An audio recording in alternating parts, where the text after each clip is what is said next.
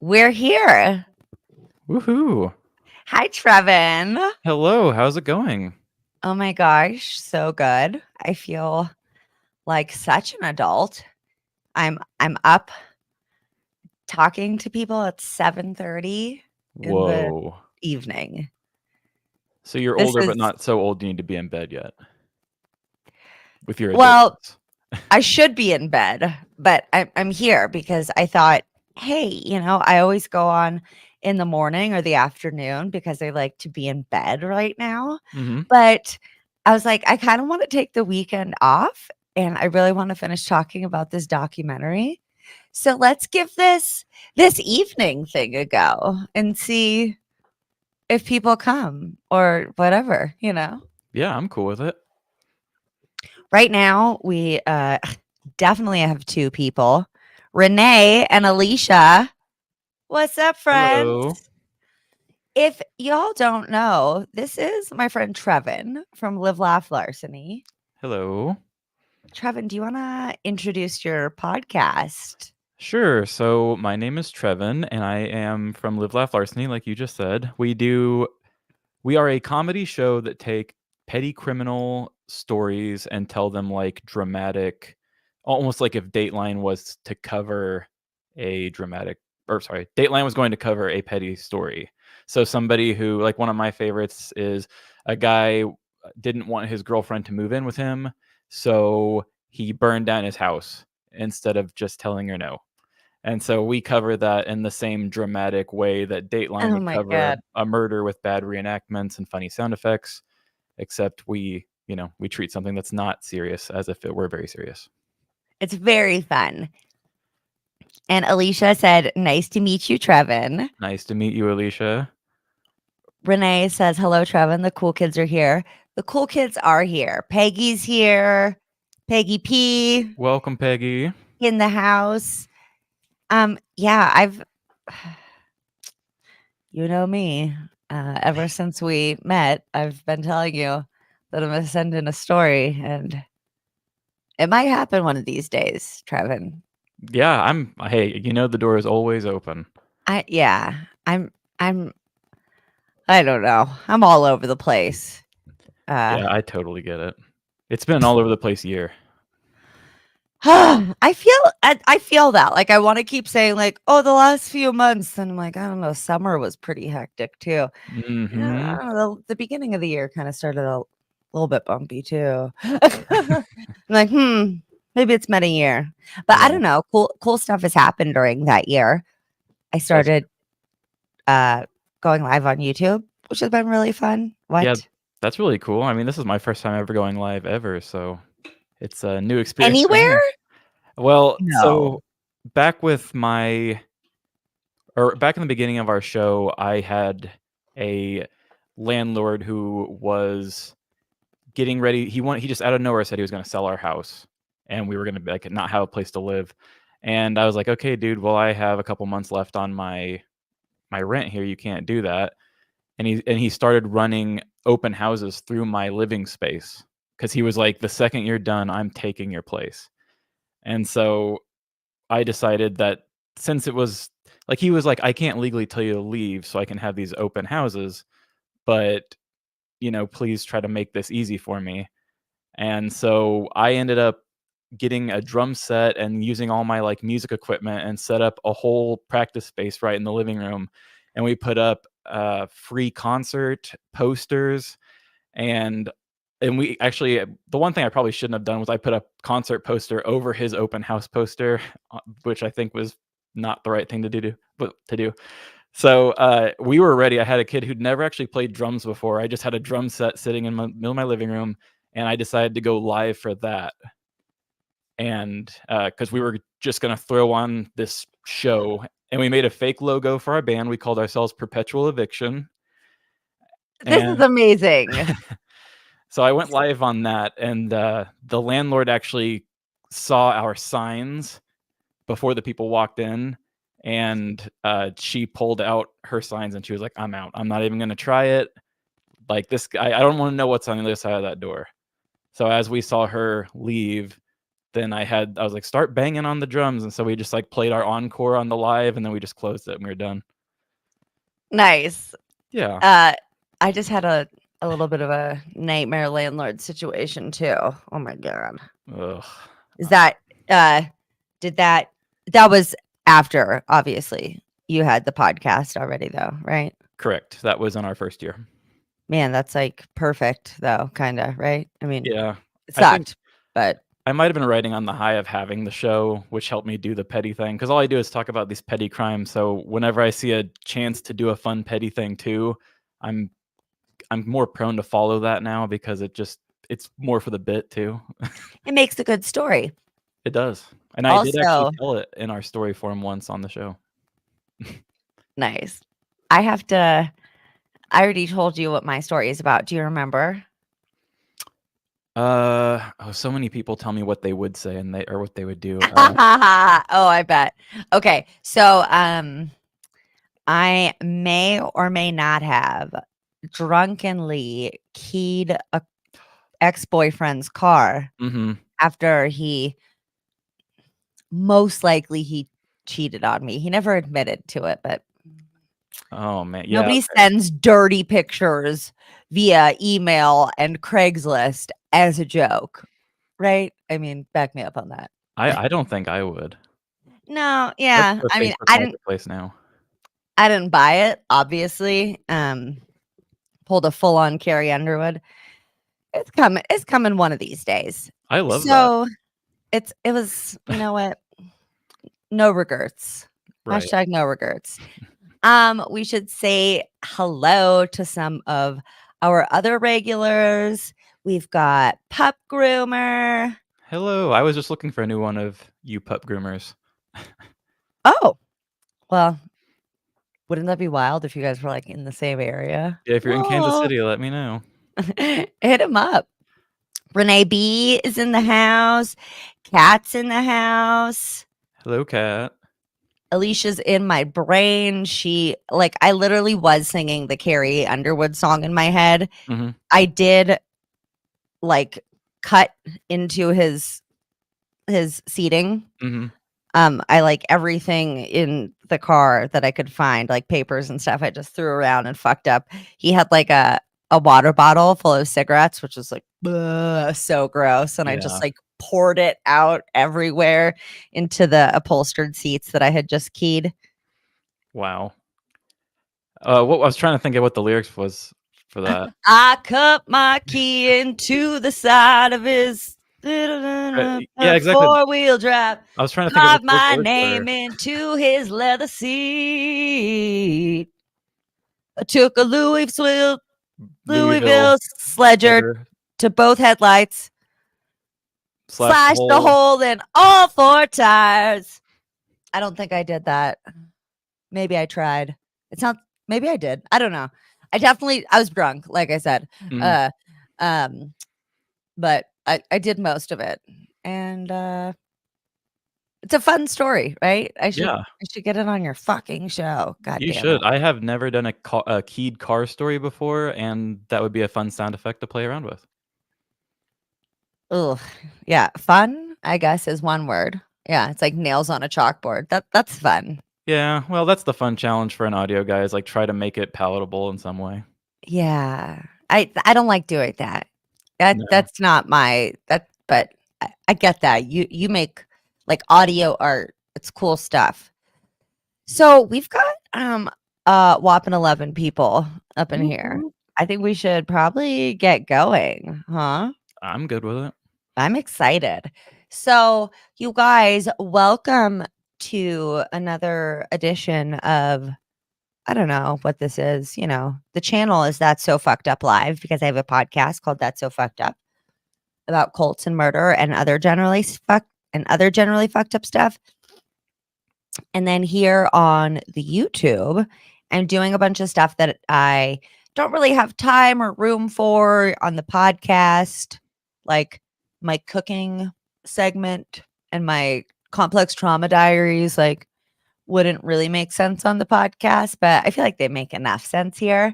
And then I love YouTube because I can talk about stuff that's current, right? I think Mhm. episode 3 of this documentary just came out on Monday. Right.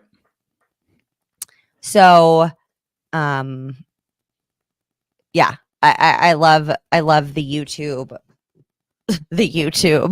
The YouTubes. I love the YouTubes for that and for getting to connect with our awesome audience. And oh, love it's here. And yeah, with just a liter of colloidal silver a day, my skin could match my hair. That is so true. Oh my gosh. Wow.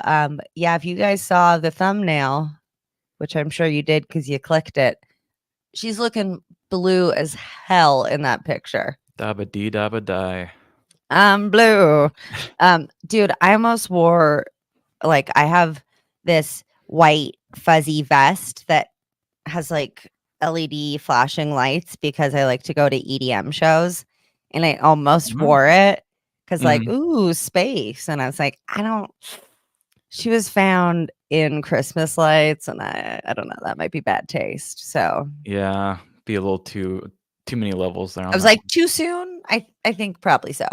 So, I'm really excited to talk about the rest of this 3-part docuseries that has been quite a ride.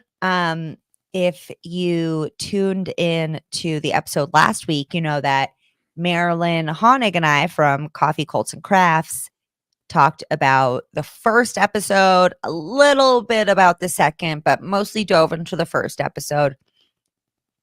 And tonight, me and Trevin, uh, tonight, me and Trevin are going to be talking about the second and third episode.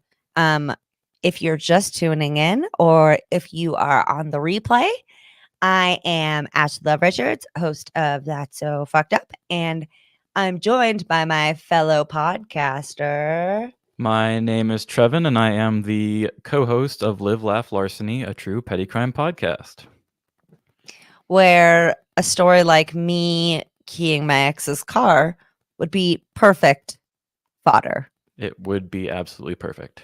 So we're going to make it happen. We're going to make it happen. But what we're going to make happen first is we're going to talk about this documentary. So, yeah, if you haven't watched the documentary on Max yet, or you haven't watched the first, watched or listened to the first live that Marilyn and I did on it, then you might be a little bit lost. But basically, we're talking about Amy Carlson.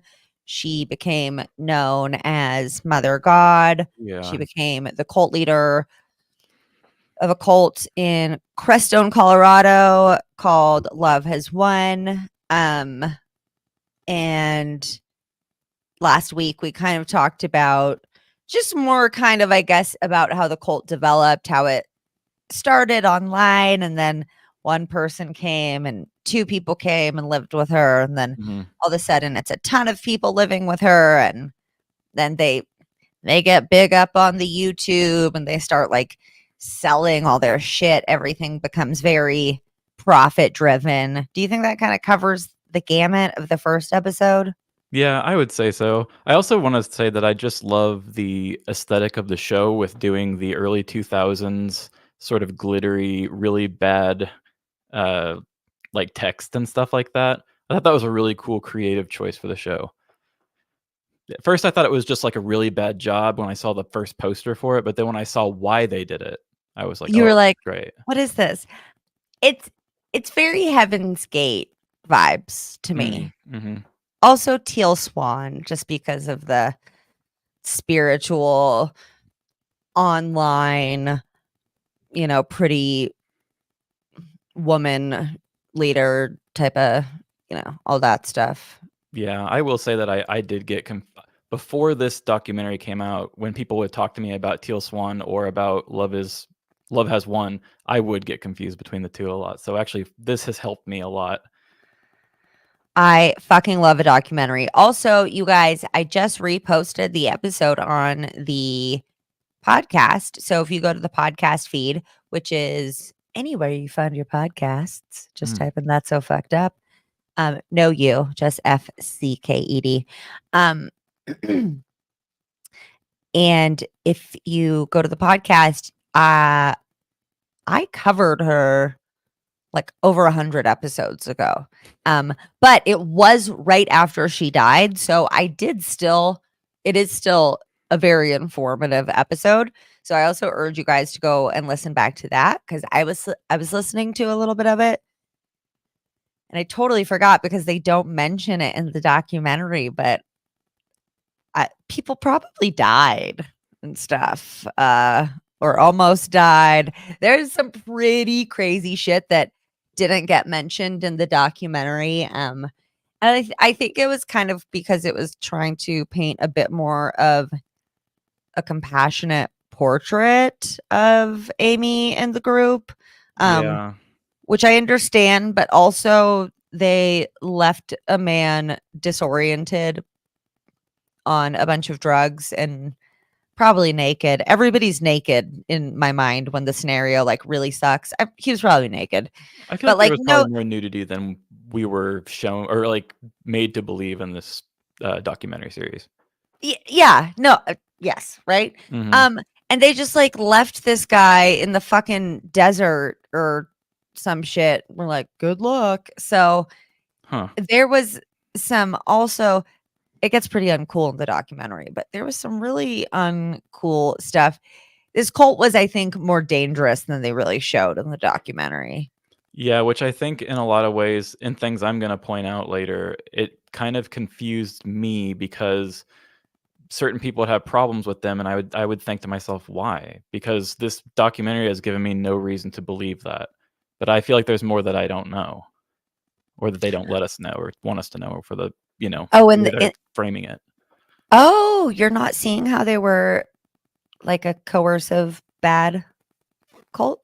Not as bad, I didn't think, with the way that the documentary was made, at least as far as the filmmaking goes. Yeah, I mean, obviously it does show a ton of like intense verbal and psychological abuse, and Hmm. we know that they were starved at times. One guy says that he lost 100 pounds because Amy said that you had to be like skinny to ascend or some shit. Yeah. Yeah, I guess I just meant like to the public at large outside of their little group. Okay. Yeah, definitely. But yeah, it's pretty wild. I think when I watched it, that's why I love watching a documentary more than once, Mhm. because the first time I watched it, I kind of was like, okay, I got the gist because I haven't looked at the story in a couple years or something. And then I watched it the second time to actually take notes. And the second time I was like, "Oh shit. Oh shit. Like that's pretty crazy." So, yeah, I mean, I think there are definitely cults that are much more widespread. There was never more than 12 to 20 people living at her house, I guess, with her. Uh-huh. Um, they had a lot of online followers, and I don't think that I think um I think there's like a scale of cults, good to bad. Mhm. And I think maybe they were like somewhere in the middle. Martin says, we were talking about that too. It's not really as bad as many other cults, just a bit of money scamming, not to downplay the coercive side of it. Yeah. So not that we want to, uh, compare the experiences of victims of coercive groups. But from the documentary, they didn't make it seem like it was too nefarious. Um, and I did hear in my own episode that they may have been responsible for somebody's death, or at least somebody being. I didn't listen to the whole thing. Being stranded in the desert, like super not fucking cool. But they weren't, essaying a bunch Right. of people, and so uh, I don't want to like compare traumas though. Like SA is worse than psychological abuse. So I guess I'm like, what do I say? Well, I guess my point really is that I feel like with the beauty of documentary filmmaking, they really, it almost, I feel like, I personally feel like there's a whole chapter or something that was more cult nitty gritty that we should have, that I would have liked to have gotten to have seen Mm. exactly what they were all about. Because once this is all done, it's an interesting story of like Amy Carlson kind of losing her way, and then like all of this, but it doesn't really focus on the like nuts and bolts of the cult all that much at all. It's just like, oh, isn't that kind of crazy that they made a bunch of money off of people?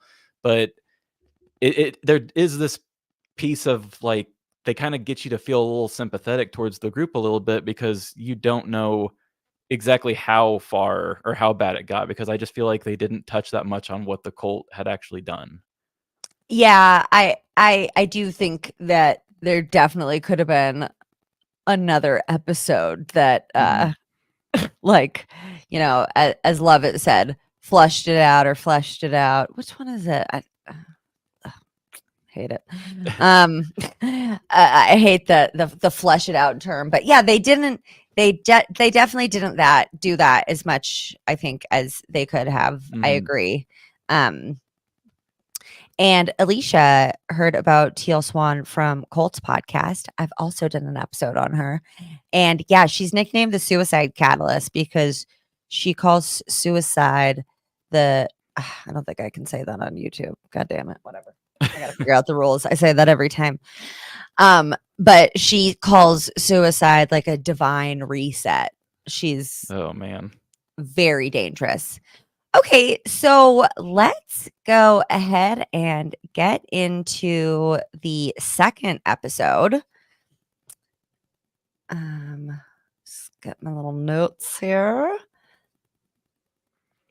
Okay, so in the second episode, we start off with Father God seeing the Father of all creation. Episode starts with an interview with him. Mhm. What do you think about Jason Castillo as potentially the father of all creation? How do you feel about that? Ugh, I hope that's not true.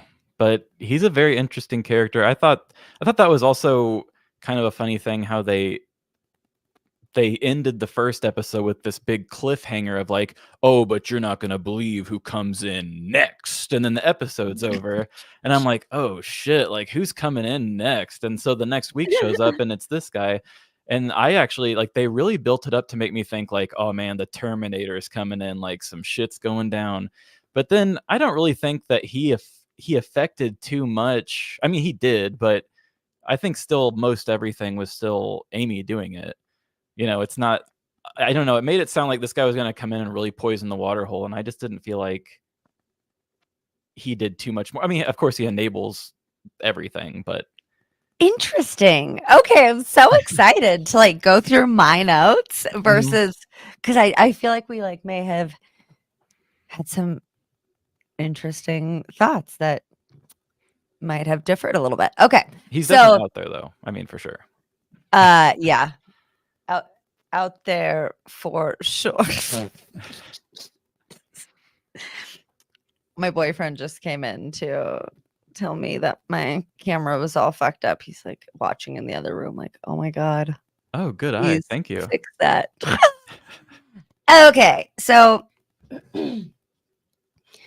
I think we kind of described Jason in the last episode. He's super thin, very tan. He's got a beard and like a super long, greasy ponytail, fucked up teeth. Mhm. He looks high as shit.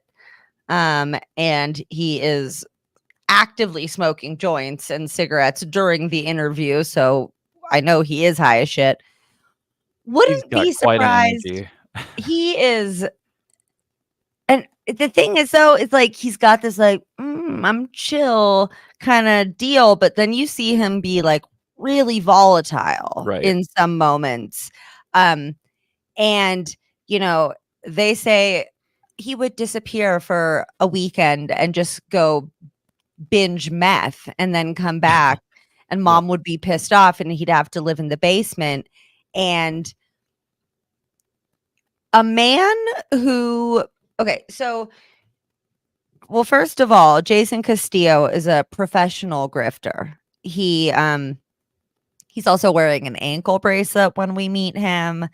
He says that he was the manager of a Blockbuster in Vegas, and that was his last job in the Earth realm, and it was also his 60th job, which if you like, who's keeping track if they've really had 60 jobs? Like, you can name those. Like, I've probably had half that, maybe. I don't know. I've done a lot of gigs, you At know. that point, if you've got 60, it sounds like you're just trying to get the numbers up.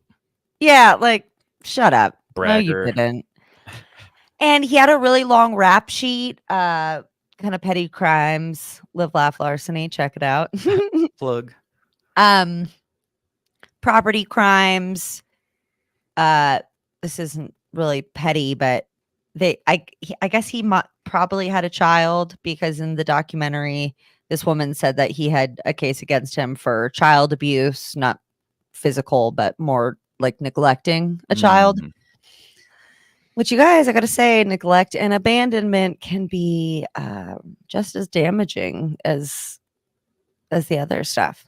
Yeah, for sure. So, also, Jason spent a lot of time living unhoused. So, I'm thinking that Jason saw this as a pretty sweet opportunity to go to live with a bunch of hot chicks in Mount Shasta in California. Because let's be honest, like, they definitely put the fucking hot chicks on camera. Yeah, that's very, very true. Faith, Aurora, fucking We're Hope. so bad with the names, yeah.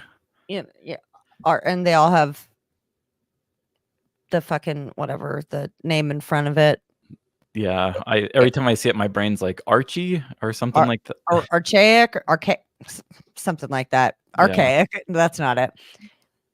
So in Mount Shasta, 2018, Jason rolls up. There's probably like 20 people there. Everybody's partying. They're having a cool time. And Jason says he rolls up and he's tripping on something one day because they did a lot of pot and alcohol and smoking of cigarettes, and sounded like a lot of hallucinogens, probably at least shrooms were thrown into the mix quite a bit. They were like a party cult. They spent so much time just fucking partying. Which, like, I wanted to say too. I mean, obviously, I wasn't on the first episode, and I don't know if you guys talked about this, but the thing that really shocked me the most when I first started this series was just how kind of like, I'm trying to think of a better term, but like, kind of trashy of a cult they were. And I just really wasn't expecting that. I thought they were just straight up very hippie like from all the podcasts I'd listened to. But then, Well, sorry. I was just gonna say I was so surprised to have seen that like this was kind of like a methy, more of a backwoodsy feeling cult than it was like a big merge of the two, and it really shocked me. I had no idea that the podcast never got that across to me. Yeah, so there's a resident from Crestone, Colorado, and I would not say this unless she had said that, but she said, "I'm a mixture of hippie and redneck." And I feel like I can kind of safely say that she was, repping her neighborhood when she claimed what she was. You know what I'm saying? Yeah. Martin says, "Welcome to Southern Colorado." Yeah, you guys, Crestone is a fucking weird place. It's like they said in the first episode, it's somewhere where the veil is thin. So apparently you can see aliens and shit there. But every fucking cloud Amy thought was a goddamn starship. Remember Father Homie in the beginning, who actually looked like a father god, the old dude? Yeah. Oh my God, he was old. He was chill. Yeah, he was chill. And yeah, love it. She love it like the first father god too. Amy Very did have diverse taste. Yeah. It's Father Multiverse was calm too. Yeah, we'll get into Father Multiverse, you guys. I mean, what the fuck? So, and even Jason says that he brought darkness, and that's what killed Amy. So I don't know how they're still. I guess what fucking is mind blowing about coercive control is that as far as we know, is most of them are still somewhere in Vermont with him being the lead dude. Right? That's kind of No. what They what? all kind of went. They all went into pairs, and then the pairs went out. It was like one dude stayed with him, and then 2 of the girls went back to Florida. What are they doing now? The 2 girls in Florida host something called like 5D something or other. It's like a live, sort of no different than Love Is One. Right. So, okay. Hope and Aurora moved Mhm. back to Florida where Aurora was from. And I totally mixed the two up last time, but fuck me, you guys. Okay. I can't, it's too much. And yeah, they're basically still carrying on Amy's message, right? Right. Which is why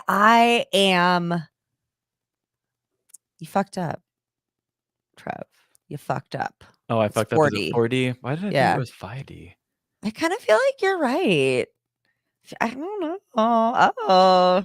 Man battle. Is I'm it not 5D or I'm 40? not confident at all. But, yeah, I mean, I'm feeling the 4D energy, that's fine. Renee said there was no diversity in that group. I remember one man of color in the videos. There was one. I guess that person just never got to be interviewed? I feel like I saw him. So, but yeah, it was very predominantly white. Oh, Renee says 5D. Uh-oh. Uh-oh. Uh-oh. I'm really not trying to get in Battle an of the argument. wits. I Trevin's like, promise please I took don't, notes, but I did Ashley. not put this in my notes, so I'm not confident. You know what? I am not confident either. I just know that the current universe is Oh, 3D. nope, it is 5D. I just found it.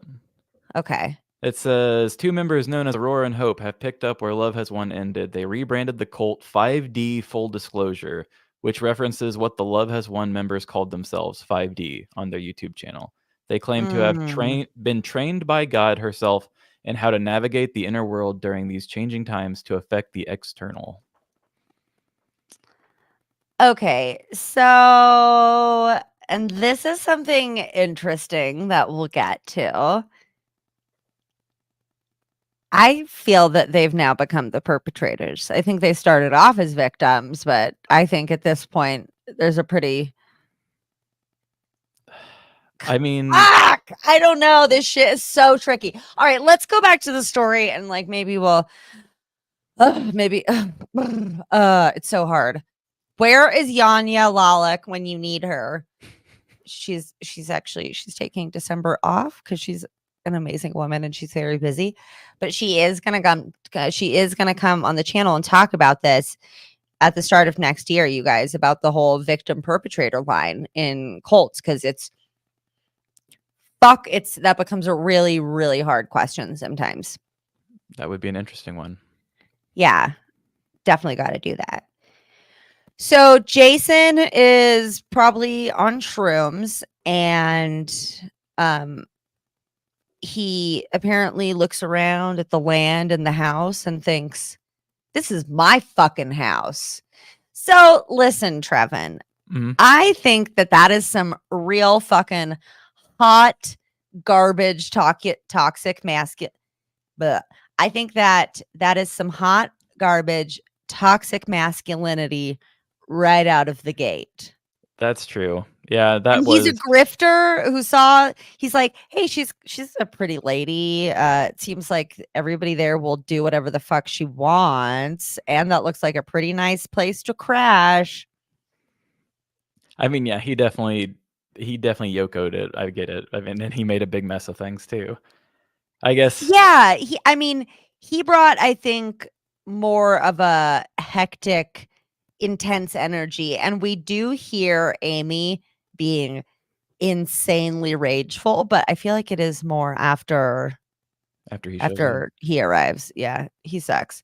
So, like I mentioned last time, John is, I don't know, maybe the fourth father, and he apparently was always told by Amy, don't be fucking stupid. You're always going to be the second to last father before the real father. Like, Mhm. I don't know, poor John. Like, this guy just like from the beginning, it was like, bitch, you get in your place. It's second and you're always going to stay there. Yeah, how does second place feel? And then you see fucking new father. What's this motherfucker's name? Was Jason? Jason. Yeah. Jason Castillo. Father Jason. And you know, he is really abusive to John, who's the father of the multiverse.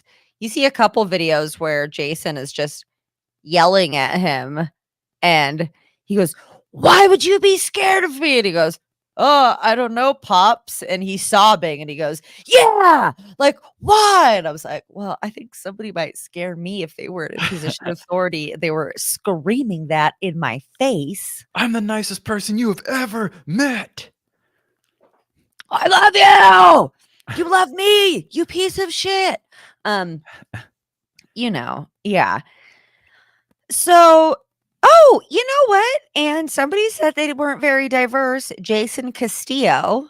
I Ooh, feel like that's a Latino last name, I think, right? I think so. I believe so. So. Um, I feel like we did have some diversity, I guess. I just want to throw it out there, you know. He was definitely in a leadership position. So do you know what the number was on what the max amount of membership was? Because I think they're at the end, they were just close to like 8 or 10. But do you know what the max number was? Because my brain is so stuck in episode 3 right now. So it's like the emotional cues of that I just got off of. So I feel like I feel like they're partly lovable hippies. And I'm like, get that out of your head. That third episode like made you emotional. Like get back to episode 2. So I think that's messing with me a little bit too. But do you know what Okay. their maximum You membership know, ended up being? like 20. Okay, that's what I But she thought. had a big following online. She had, you guys, what's up? I know that we got Lovett, Renee, Martin, Alicia, Poet. Hi, Brian. So, like pup groomer, you know, we got like Cat, we got a solid Peggy P handful of people that come on a lot. We have 10 watching right now. So I just want to thank our very supportive viewers for hanging out with us. Just give y'all a little shout out. Yeah, thanks for spending your Friday night with us. Yeah. Um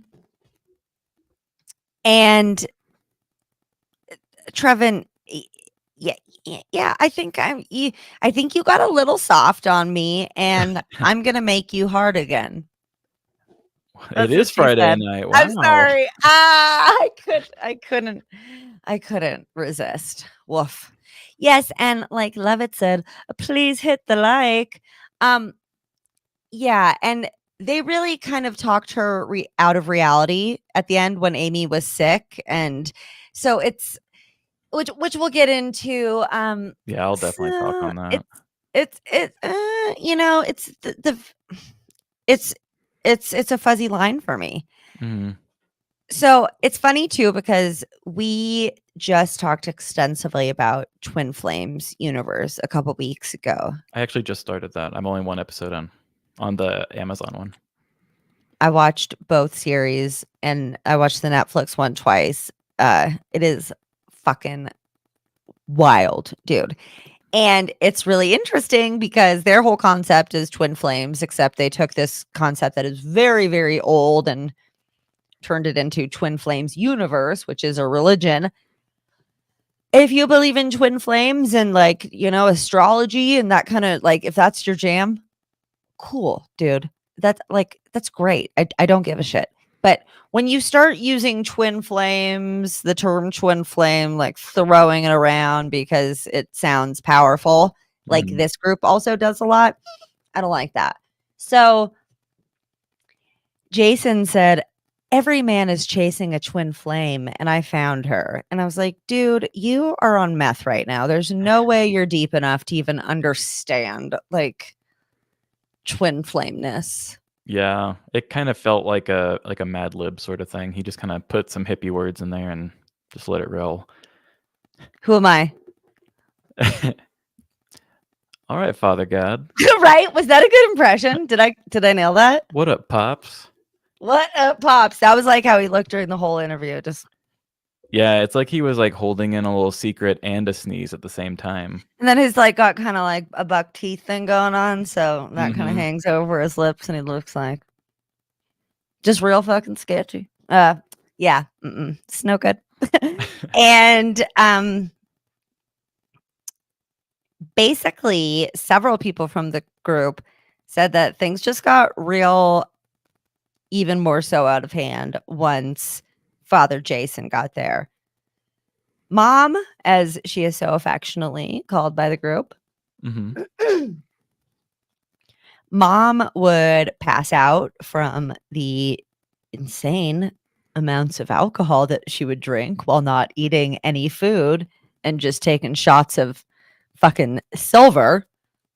Um, she would pass out weirdly, and he would just get fucking hammered and play death metal, which was also weird since they were super like hippie vibes. Mhm. That's And yeah, that's a good point. they live streamed a lot of this, and I I was like, maybe when you guys are being super fucking unhinged, like don't. Yeah, that's such classic cult like behavior to have the angry, drunken like nights and stuff like that. But you'd think you wouldn't want other people to really know that was happening because then they would know it was a cult. But it works. Yeah, even one of the girls' moms is like, "Yeah, I was watching their live streams and I pretty quickly caught on that it was a cult because they were sitting in a circle and I didn't understand what they were saying." I was like, "Smart lady, Deb. You Mhm. you know what's up." Also, I mean, this doesn't make him a psychopath, or does it? Apparently, he'd have 6 raw eggs in the morning. That's right. I forgot about that. That's a was I don't like that. What is that? I That's don't like like some it. Rocky Balboa like Yeah. What? protein stuff. Well, he's God. He's the father God, he's gotta keep in shape. He might Yeah. who knows what he might have to do. Carry cr He's gotta carry the burden, of what Mother God's going through. And that probably burns a And lot of calories, so you need all the eggs. yeah, because he basically would like, Amy died of anorexia, Uh, alcoholism, and the and silver. the colloidal silver ingestion. So she was just slowly dying, and he would just like carry her from a chair to the bed. She kind of just started spending all of her time in bed at the end. Yeah, which I think when they said she had died, she was 75 pounds. So that would have been pretty easy to move around. Also, that's enough to kill you. Like Yeah. just being that fucking what was it really 75 pounds? Maybe Get that's the what they heck said. Maybe out that's of what they said here. her body weighed when they got it. How much Wild. Okay. Well, while you look it up, I'll keep going. Um, She was just 75 pounds when she died. That's what it says on, I mean, I guess that's Wikipedia. It says according to the Saguache County coroner. I'm sure you probably know what that name is. It's the I don't. county. I don't. Just because I live in Colorado doesn't know. I mean, I know how to pronounce things. Don't be silly. Yeah, I probably couldn't do most of Missouri's either. And yeah, just generally nobody liked Jason. Amy was had a son named Cole at the age of 20. She was raising 2 kids by herself. She was struggling. Her sister was super supportive, and grandma watched the kids a lot. One night they go out to a family dinner. Amy excuses herself from the table and doesn't come back, and they get home and her shit's gone and she had left the kids. So she just bailed on her kids to go be mother god, I guess. It's such a fucking weird story, dude. I'm It's curious so where the weird. first place, like how that first started right at that point, just leaving on a whim like that. She probably didn't have bags packed. Like, you really started with nothing. Yeah, like what? Yeah, was it a mental break or something, cuz that seems really out there. Mhm. So apparently at some point the Galactics guide Mom to Oregon, and if anybody doesn't know who the Galactics are, it's her galactic crew. It's mostly Robin Williams. Mhm. He's the head honcho. And then you've got Michael Jackson, Donald Trump, who's the only living one on Yeah, there, and they even which said at is one point, weird. like, "Oh, it's because 'cause they're all dead," and then you see Donald Trump right there, and you're like, "Okay, what about that one?" Yeah, they're like, "Oh, he's doing work in the 3D realm or some shit like that." Yeah, probably. But she had Michael Jackson on there, who is, I don't know, that's a hot take from one of your angels, I'm just saying. And a whole bunch of other people I can't remember right now. Fuck. But her galactic federation that she works with. Also, Teal Swan says that she's a part of a galactic federation. These Hmm. bitches are so the same. Oh my gosh. Um, So, are you still on episode 2? yeah. Oh, wow, okay. I guess Did they did they go to Oregon twice? Or it must have jumped kinda funny because episode 3 starts with Hawaii, but then they go to Oregon when she's, like, dying. So did they touch they, on the they must dying and then jump back forward or go backwards and then go back forward again? no, they must just be moving around a lot because Oregon's like a stop on the way to Hawaii Okay. first. Wow. Yeah. So yeah. Yeah, they move so much, it's like, "How do you guys do this?" And she was like saying, "I don't want to move." And they're like, "No, nuh-uh, Mom, you're getting on a plane. Father said so." It's so okay. Let me keep. Let me keep. um, so apparently the Galactics told Mom to go to Oregon, but to leave Jason behind because he was in his lowers, which is like his lower energy. Mm. And so she went with Faith and somebody else to Crestone, Colorado. Like she went back to Crestone after they had all gone to Oregon. And then she was like, "Okay, we're going to go back, but you all have to stay."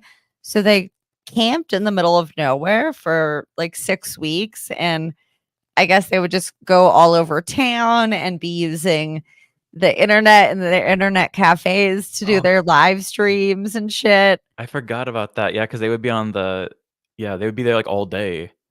Yeah. You'd think people like, "Get the fuck out of our coffee shop, you weird hippies. You're so annoying." Um, so they're all chilling in Oregon. And then I guess Mom comes back and Jason's there too. Yeah, you guys, not super duper clear. But apparently they're all back in Oregon. Shit's cool. They've got a house now. It's July 2018, and the house burnt down because this girl, Erin, was burning sage and it created a brush fires. And it created a brush fire. Come on. That's rookie move. Yeah, especially because the locals had been warning them, "Hey, it's really brush it's prone Brushy? it's prone it's dry. It's, like, Ye very dry here, Uh-huh. and, watch it." So, they start this, like, huge fucking blazing fire, and it's just so sad whenever you see this woman, Erin, being interviewed because when she went, she had her kids, and then luckily somebody Oh, from her family came and picked the kids up, but she is on the verge of tears the entire the every time you see her in an interview clip, and she to this day is just like, being in Mother God's presence is the greatest thing that has ever or will ever happened to me, she said, I didn't know that I would have to give up seeing my kids, but no sacrifice is too great. Yeah, she had the scariest energy to me. Like every time she would get on the camera and be talking, I was just like, "Oh no!" Like that. It's this woman staring through my soul again. It Like was she's freaky. Something about it her. it made me sad, but it was just very unhinged. Yeah, It's just kind of this crazy look yeah. in her eyes, Her very dark eyes with nothing behind them. Yeah, I feel really bad for her though, 'cause she's obviously just so still very much has not woken up to what she was a part of at all. Yeah. Barb is here. Hey, Barb. Hello. Asking what they've missed. What have they missed? Well, a lot of Everything. shenanigans between us. We're just talking about Jason Castillo, who I think became the fifth father god. He was basically a professional criminal grifter. Nobody liked him. He really poisoned the well. He really just, yeah, toxic masculine energy. And meth energy. And now they're, and what energy? Meth. And really methy energy too. Um, then they're going back and forth between Crestone, Colorado, and Oregon a lot. It seems like, I don't know why, especially because Amy is literally dying. Mm-hmm. And they're documenting everything she fucking does, from mom sneezed to mom's taking mushrooms. And Yeah, and her that never stops. They just and always do it. just constant with the fucking the drugs and drinking and Oh, the stuff. tinctures of the silver, yeah. And just shots of tequila and silver back to back. And God, I think that would make anybody feel sick. I feel sick For sure. listening to that fucking diet. So, her and Father God would just like sit in bed and preach from there. And she would take etheric meetings. And when she was in these etheric meetings, it looked like she was sleeping, but she Yeah. wasn't. She was in a meeting. Duh. So, I thought that was kind of a fun tidbit. Yeah, I mean, who wouldn't wanna have that power and just be like, "I'm gonna go do some work and lay in bed." Yeah. No, you guys, I'm actually getting a shit ton done for the universe while I nap. So fuck you. I mean, and that's, I think, definitely the vibe she brought. And everybody was like, yeah, cool. Hope and Aurora started training in becoming oracles, and former member Sarah, we see her come on camera, and she was very sick when she learned about Love Has Won, and she went and started living at the house. And she said that it was truly like a spiritual boot camp and that she learned a lot. And I'm just going to say that I think probably, well, you know what? Everybody can look back on their time in a group and I guess feel however they want about it. I just, I don't know. That to me sounds like maybe also she hasn't really fully processed like what she was a part of. I don't want to say where anybody's at, but I'm just like, is it spiritual boot camp though when you go and get like tortured? Because I feel like that's what a lot of abusive churches say is like, oh no, we're torturing you because it makes you spiritually stronger. Yeah, I've heard different cults and stuff talk like that, for I sure. feel like that's a slippery slope. So I don't know. But she said that Miguel, aka the Archangel Michael. Actually, you know what? We've got this is a very diverse group, you guys. Yeah, I So forgot about Michael. he was like he was the money guy. He was in charge of money.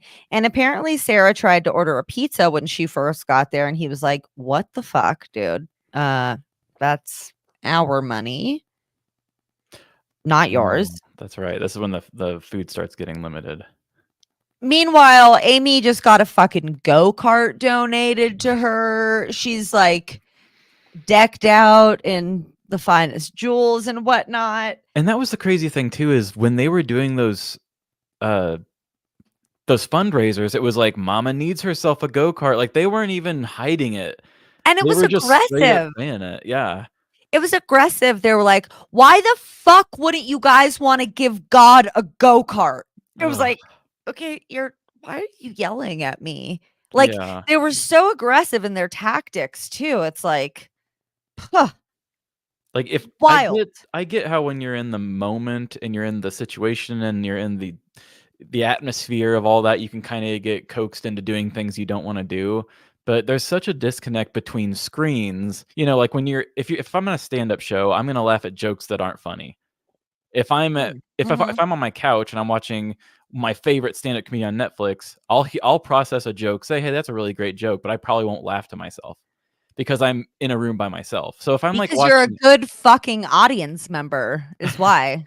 yeah, but I'm just saying like I'm not going to watch them talk in their same kind of weird ways to try to get me to come in and like God needs a go-kart, like that kind of thing. It's like, no, you don't have me. I'm not in the same room as you. You're not gonna trick me into buying God a Yeah. go-kart. No, I don't feel the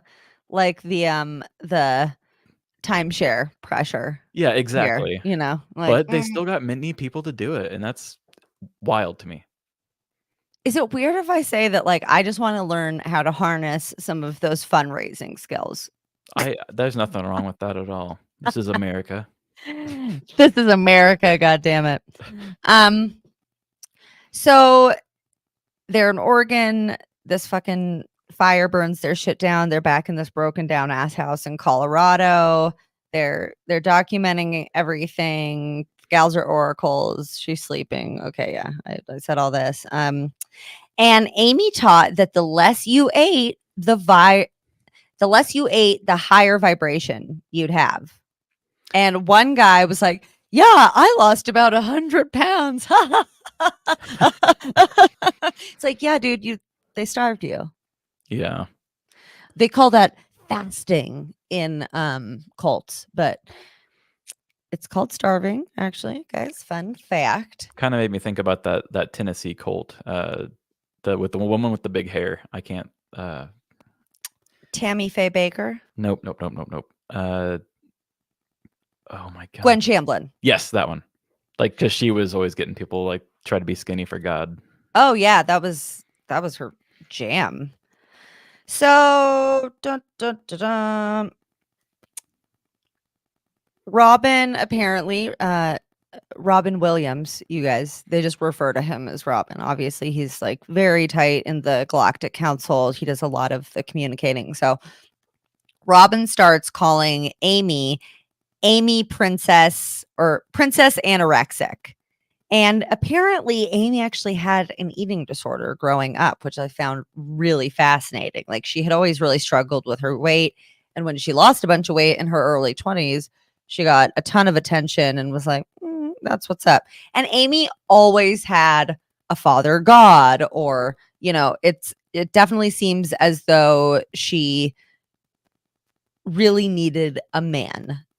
And Yes. maybe the whole like mother god facade was like to make her feel more powerful, because that woman needed a man next to her to feel powerful.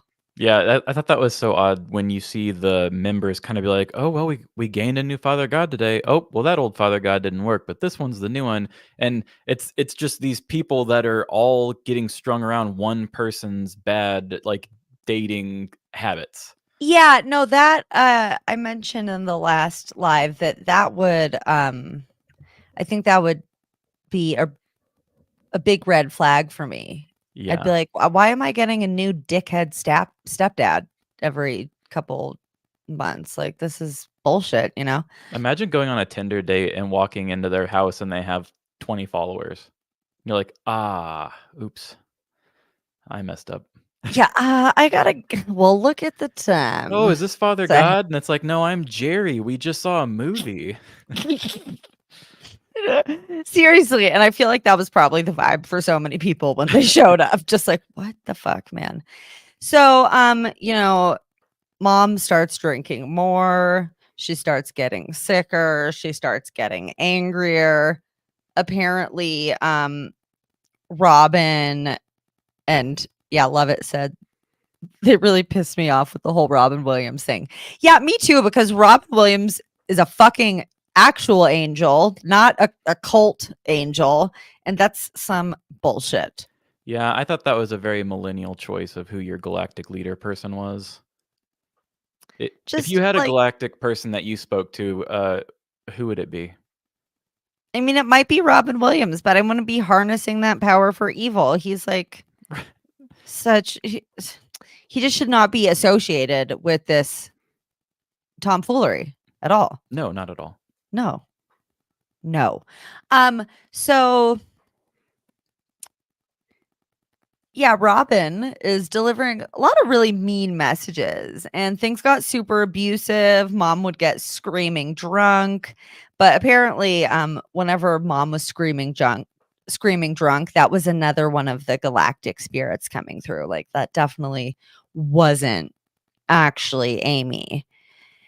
And she says that she's in a ton of pain, and that's why she has to drink so much, because alcohol is medicine, because she's, quote, processing all of the pain of humanity, which is dramatic.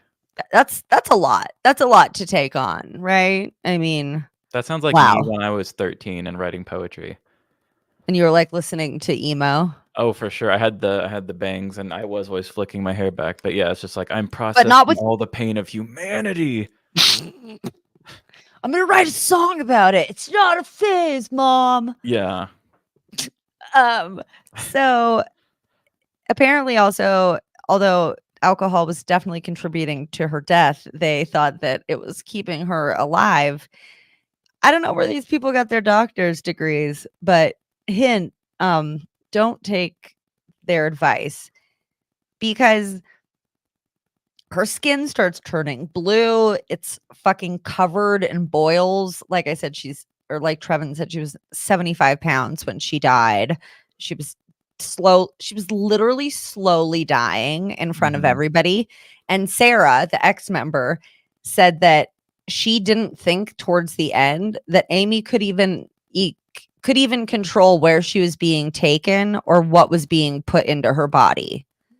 And they even said that she asked to go to a hospital and they told her no. Yeah, that sounds so scary. It sounds like something out of the Twilight Zone. Like, if, like, assuming that she is like fully coherent, because at this point I don't know, but imagine building this thing, and let's say that she did know it was bullshit and she was just grifting people. Like, imagine building this whole thing and getting all these followers, and you can have a bad mood and people believe you, and you can date all these people and everybody buys into it every time. And then when you're finally just like, I actually think I need some real help, and they're like, oh no, buddy, we know exactly what you really want. Like, that has got to be the scariest feeling in the world, to find like the thing you created overpowered you. Also, you just fucking described AI and like the potential near future, but let's not get into that. That's too much right now. But yeah, like, and because she did also start questioning, like, is this shit real? Have I been like insane and making up lies? And they're like, absolutely not. You are 100% sane. We're not taking you to a doctor. You're not slowly dying in front of us. You're ascending. And it's an amazing fucking thing. And Sarah says she left the cult because she literally just could not watch another fucking human die. She was like, I just couldn't, like, that shit's too morbid. So I called my mom and I pieced the fuck out of there. Which I respect the hell out of that one. Yeah, because, like, Jesus Christ. Amy's sister called for a wellness check, but the local sheriff couldn't do anything because Amy said, no, I'm here voluntarily. Although I wonder if he ever talked to her by herself. Or sober, you know. Then apparently she was either going to ascend like through a spaceship or some shit, or through a hole in the ocean. So they're like, hey, we have to go to Hawaii. And Amy's like, I'm dying. No, I'm not getting on a plane from Colorado to Hawaii. And Father God's like, oh, yes, you fucking are. So they peace out to Hawaii. And when they get there, people are super duper not stoked about her presence. And that wraps up the end of episode 2. Whoop, whoop. Trevin, do you think we have time for the 3rd episode, or will that make this insanely long? Do you think we should make this a 3-parter? What do you guys let us know in the chat? What do you guys think? Also, what do you think, Trevin? I'm good for whatever you want to do. It's Friday night. The feeling's right. I can roll with it, or I can do it another time. Let's keep going. Let's keep doing it. All right. So that wraps up episode 2. Take us into episode 3. All right. So for the emotional conclusion of our 3-parter, we've got the 3rd episode, which starts with a TikTok video of a young lady talking about how her mom was a cult leader. And I this kind of caught me off guard. Why did they blur out her TikTok account, do you think? I mean, we know who she is. You're putting your stuff on TikTok. So obviously you're going to be findable. So I'm just not really, I don't know. That kind of confused me, because then a little bit later we meet her and we get to see her name and we know who she is. So I just didn't see the point.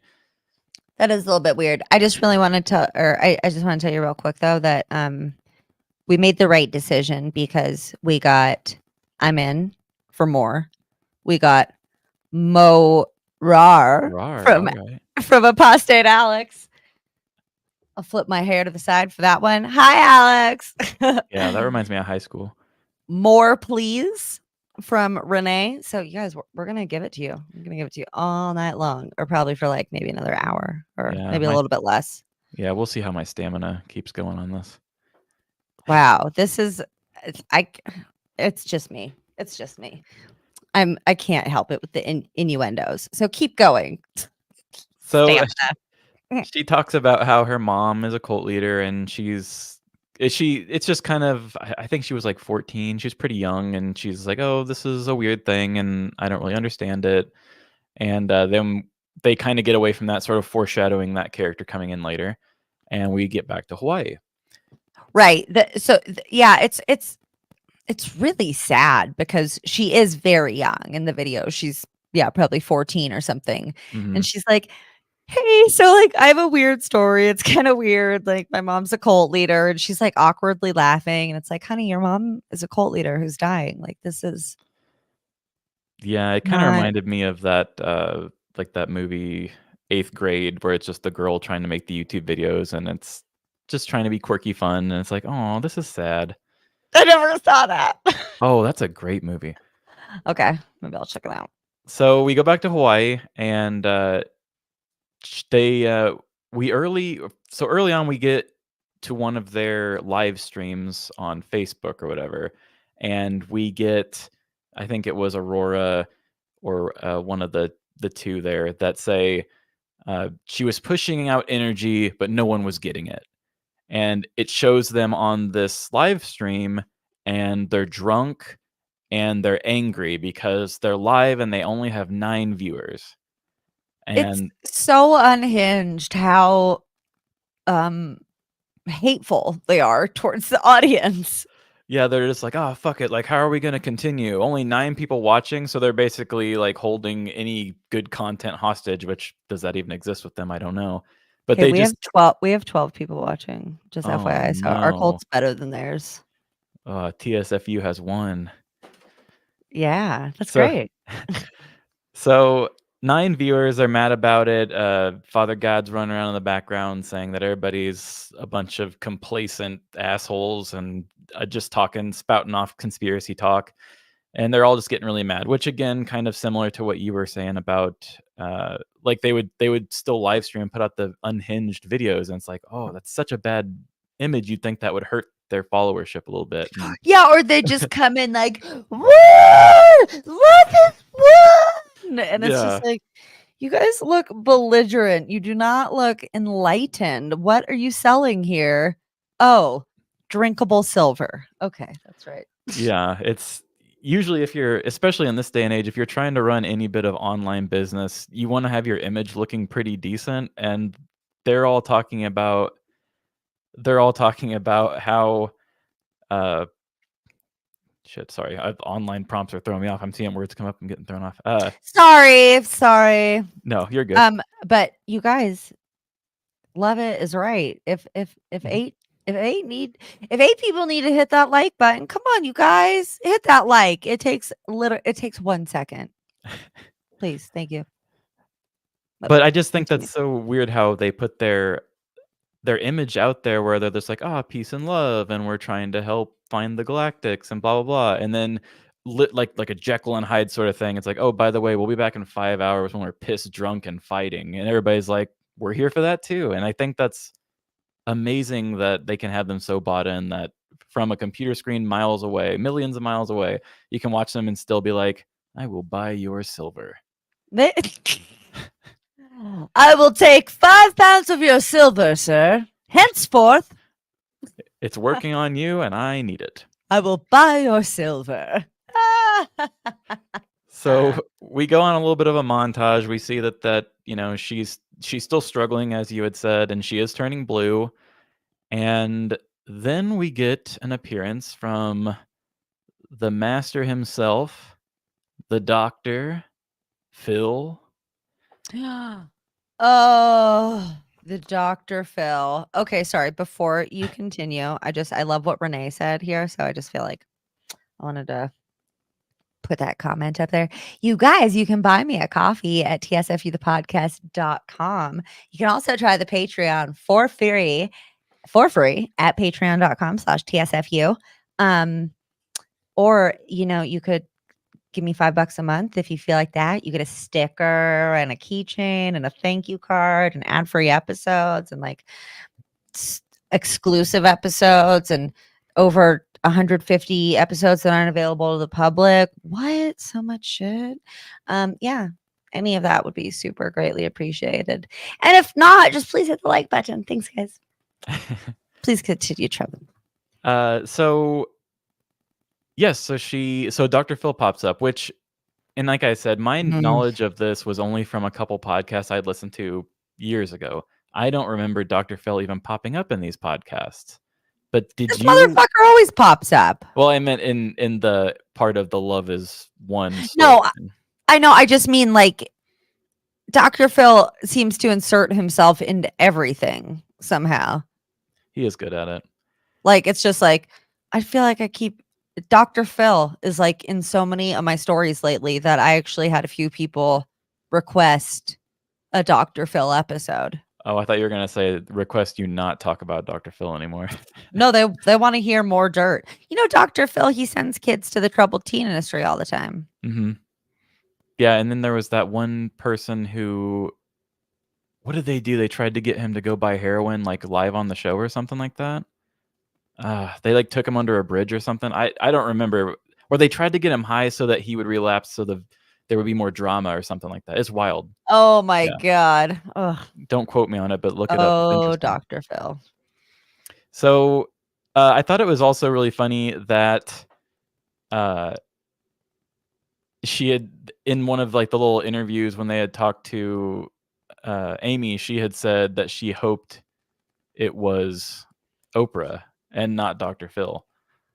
I found that pretty funny. You know what? Hot take. You wish it was too? No, I think Oprah's probably garbage too.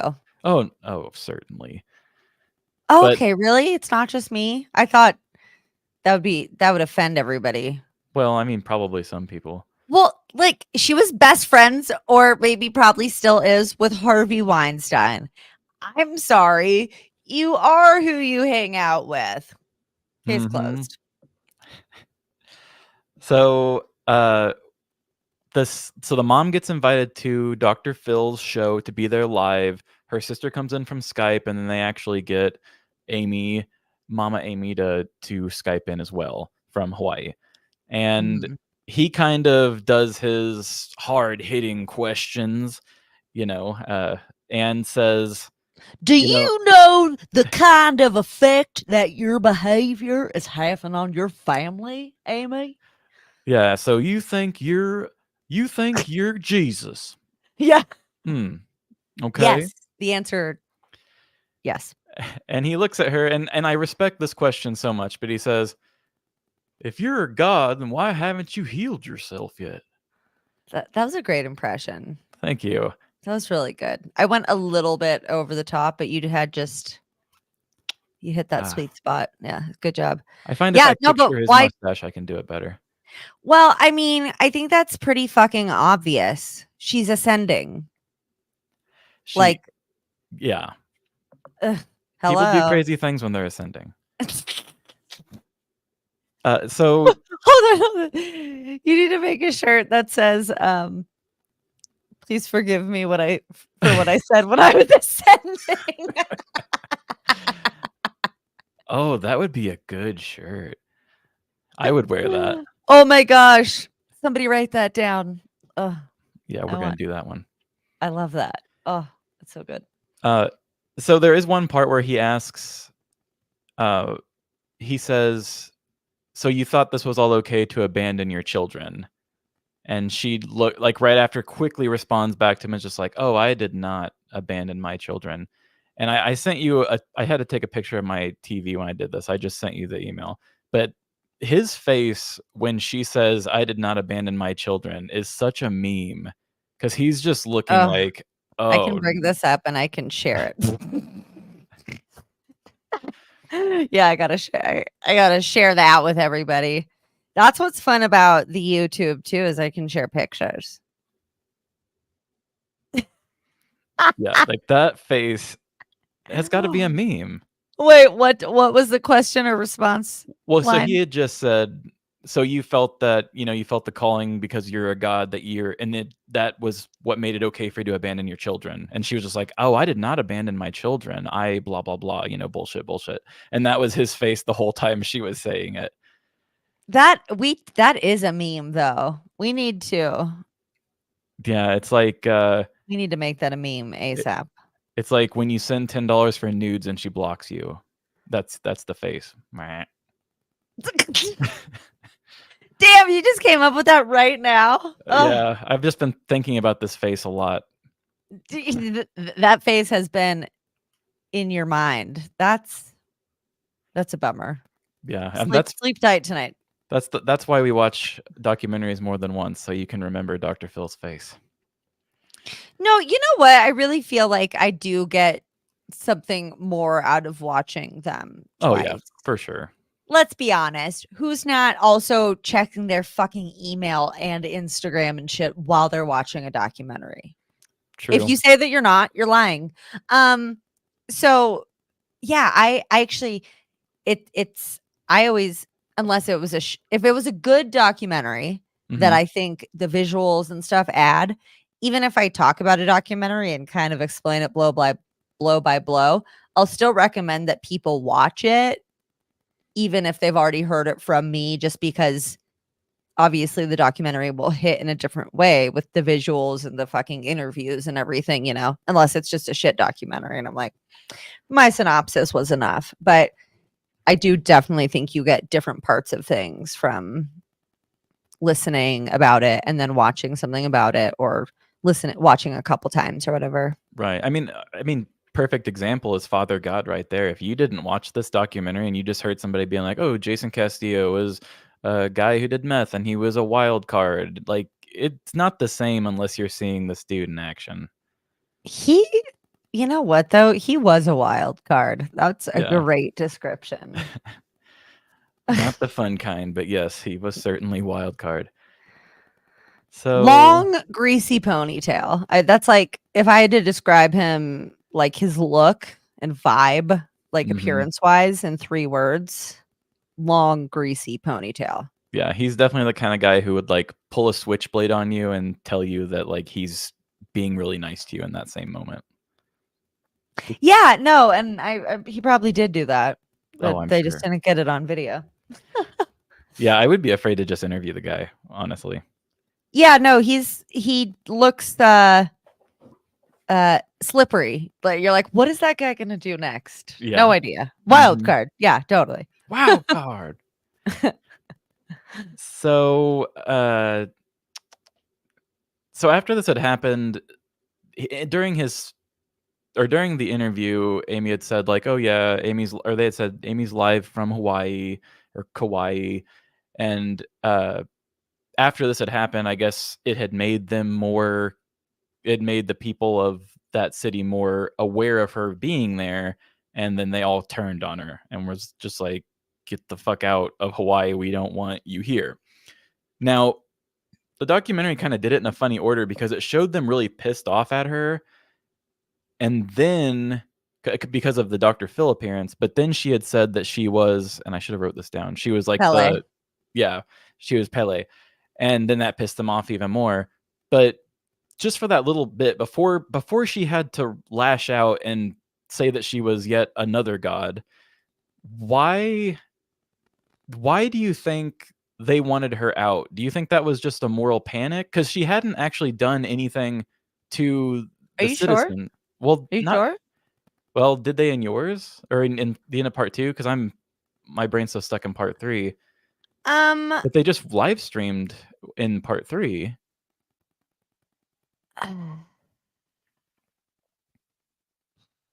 I don't know if they got to Hawaii and it just immediately pissed people off, or if they got there pretty immediately, got on the live stream and were like, "What's up? It's Pele, the Hawaiian goddess," which, like Lovett said, was a bad fucking move Right. because Pele is very fucking revered in Hawaiian culture. They don't fucking see that as like some bullshit. Like, it's very much, Pele is seen as a real goddess. I believe she's like maybe the goddess of fire and volcanoes and shit. I don't quote me, but like that's like going and telling. That's like if Amy went in front of a conservative Christian congregation and said, "I'm God." Like, Right. Which I get that. people Like that don't was people don't love it. a terribly bad move, but I'm just thinking the pacing of the documentary had shown her get off of Dr. Phil, have an angry crowd, and then she had said, "I'm Pele," and said the bullshit she shouldn't have said, and then it got angrier. But it looked like just her Dr. Phil appearance alone had stirred a moral panic before she lashed out. Or at least that's just how the pacing of the documentary made it seem.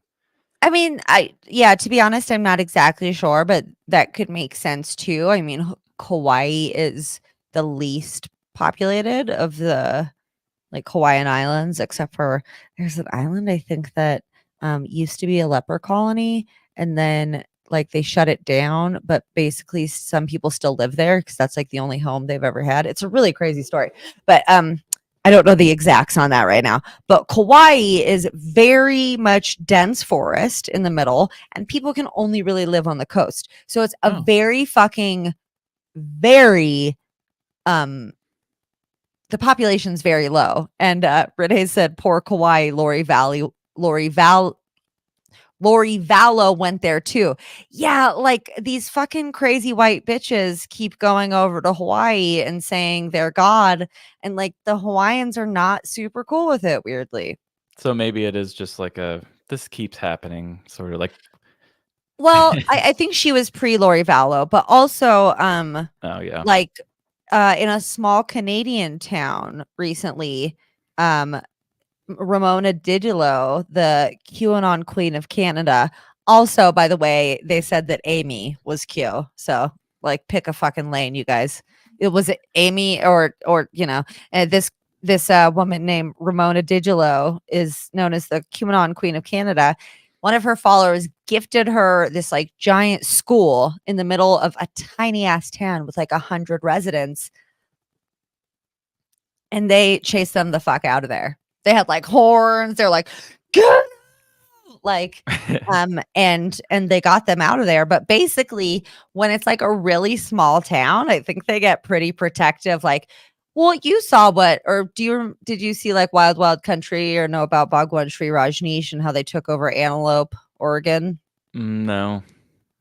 Bro, It's a 6-part documentary on Netflix. It's called Wild Wild Country. I know that sounds like long, but it's so good. Anyways, it's this huge fucking group of followers of this guru from, I believe he was from India, and they go to this town, Antelope, Oregon, which is like a population of 30 or something, Mhm. and that's scary when you have a small town vibe, and then all of a sudden you've got like a bunch of cult motherfuckers up in there, you know. Yeah, for sure. In a small town like that, they get real scared when a lot of people start coming in. Well, also when a bunch of fucking cult fucking weird motherfuckers, I'd be like, get the fuck out of my town too, you know. I mean, if I was in a And cult, I call wouldn't me go to when a you tiny town. call me when you leave, because like I'm willing to help you once you like let's talk once you are, you know, ready. But until then, get your cult ass out of my town. Mhm. Thank you, Barb and Renee. You guys are very sweet. And Renee said, I must say I really appreciate Ash, all of her co-hosts, and everyone in the chat. So chat, thank you. Yeah, thanks everyone. Thanks, Renee. Definitely, yeah. Makes a big difference having you guys here, or else we just be talking to ourselves, and that's not as fun. And yeah, I do get to talk to really cool people like Yeah. Trevin. That's one of the things I love about podcasting is like I just get to like hit up cool people and be like, what's up? You want to talk about this cool thing that I'm into that you're into too? And then I'm Yeah. like, yeah. I'm so glad we went with this because I watched the first episode of this and I was just hooked. Yeah. Yeah. I know you told me you're like, we could talk about this. And I was like, on it. Hell yeah. So after all of this Hawaii business, we meet Amy's son Cole. We get to actually see him be interviewed, which I don't think he was ever interviewed in the second episode. They just talked a little bit about him. And then Maddie comes on, her daughter, and that's the girl from the TikTok at the very beginning of the episode. And Amy begins to get more depressed during all this time. So we get this little bit of a backstory about her. We find out that their dad and mom divorced, and then the stepmom was abusive towards Amy. And then they took that little bit of backstory and then they jump back to the present and talk about how Amy begins to get more depressed. And they say it's difficult to be her because she's so far ahead on consciousness. Oh, sorry. It's difficult for her to be here on the live streams because she's so far ahead on consciousness, was the quote that was given.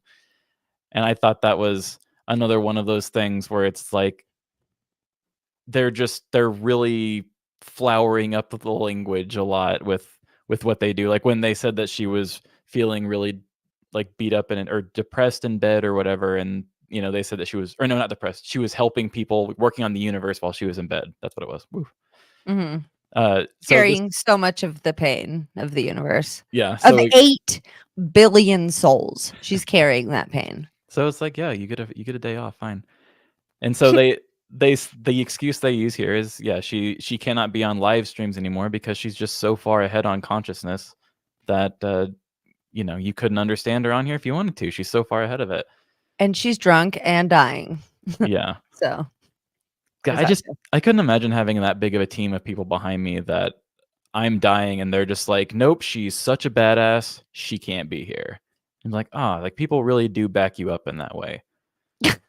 You know, so nice. Like you being know? a kid in like middle school and you're like, yeah, I have a girlfriend. She just is in another school. And they're like, oh, okay. And then like have 20 people behind you say, yeah, and she's really hot. And you're like, yeah, see, people believe me. This is the truth. Not at all an example. A real life example. So Colorado citizens, wait a minute. Oh my God, I kind of jumped ahead there. So they did leave Hawaii. What was the reason for that? They got ran out. Everybody hated them. Yeah. Everybody eventually ran them out because they were all like screaming on stereos and speakers and stuff, and they're just like, hey, you abandon your children, you're not God, like you're a big waste of space, and just saying really mean things to her. And eventually I think the actual somebody big in Hawaii was like, yeah, you guys got to get going. And they went back to Colorado. So Right? much Yeah. back and forth. Yeah.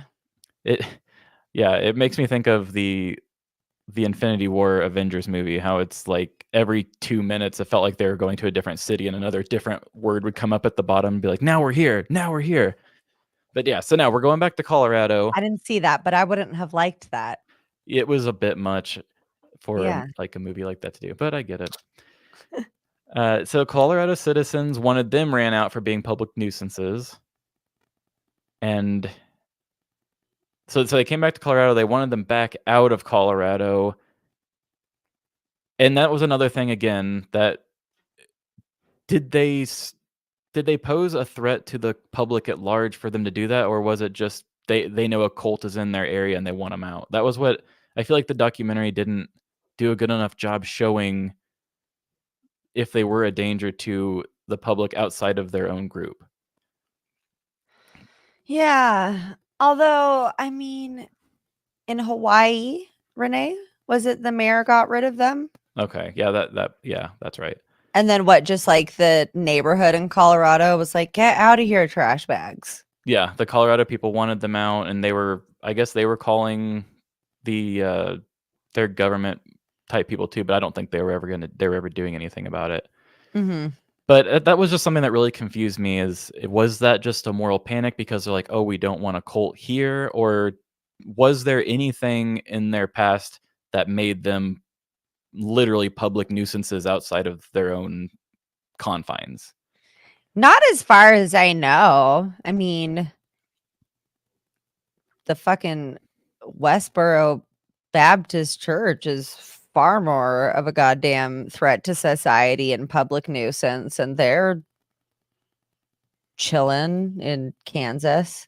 Exactly. Yeah, that was just my way that was kind of bugging me. It was just like, well, I understand that what they're doing is wrong, and like how that she's treating her people is wrong, but it's like, I mean, you can't just keep saying get out, get out, get out until they're in a boat and you're just like pushing them off out of the US Right. or something. Like they gotta be somewhere. I get the rejection in Hawaii because, like, yeah, she was taking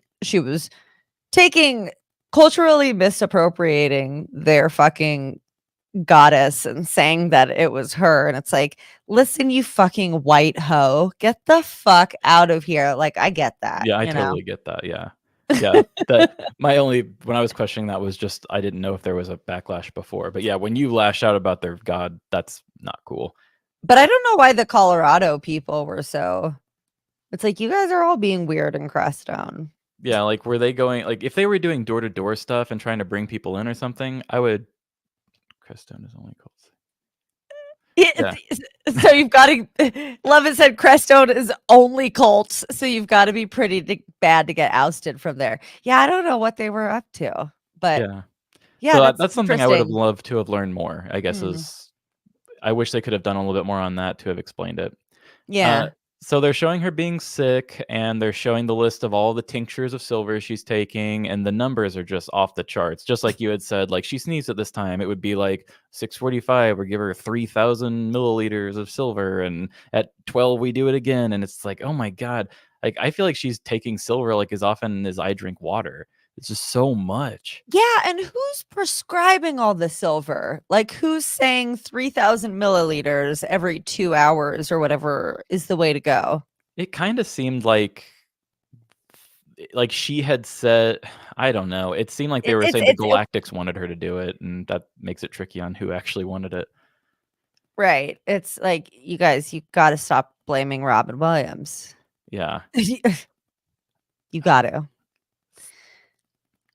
So while they were showing her doing all the silver drinking, there was also this weird, and I found this to be just a strange piece of foreshadowing in the filmmaking side of things, is there was a kind of a long cut of just her foot while she was laying down, and you could just see like bubbles flowing and stuff, because they were doing a lot of like just kind of fun hippy dippy like bubbles out on the backyard and stuff.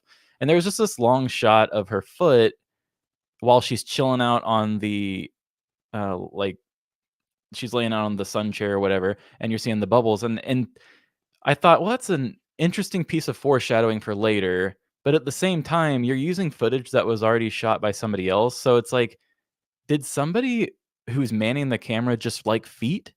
Because we get a lot of feet in episode 3, and I just didn't know why the foot was such a thing to focus on. Maybe they really did like feet. Or maybe they were trying to do it as a like, hey, you're seeing things from God's perspective. You know, like when Mhm. people go to the fucking beach and they like, or the pool, and they have to take this picture. Like, Yeah, the little hot dog leg picture. Oh, here's a picture of my toes with water in the distance. it's like, it's like Yeah, my POV. So maybe that. that could be. So, okay, we'll come back to the foot later, obviously. And Renee says, is she taking it or are they administering it? Was it a choice? Yeah, that's not super clear. But Sarah, the member who left because she said I couldn't watch her die, said that she didn't think that Amy had full control over like what was being put into her body. Cause she was just like dying. Yeah, she was Yeah, just carried she was around and dying. placed everywhere. She was just being carried around. She was completely fucking bedbound. She was shit canned all the time Mhm. because alcohol is medicine. You know who says that? Active Old lady? alcoholics. Oh, yeah. That's who.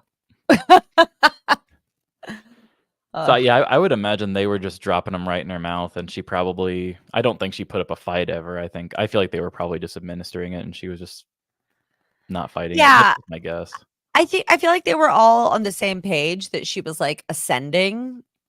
Like, well, Mhm, that so they all knew that she was dying, basically, but they thought that her dying would mean her ascending. mhm, And Renee said that, her feet were so swollen at the end, which is common in cirrhosis of the liver. So maybe they were trying to emphasize like the blue skin and the swollen feet, that means she's dying. And then like you can see her fucking bones sticking out. It's like lots of hallmark signs that she's dying of alcohol, silver, and yeah, I forgot about the swollen feet. Yeah, that was definitely a thing.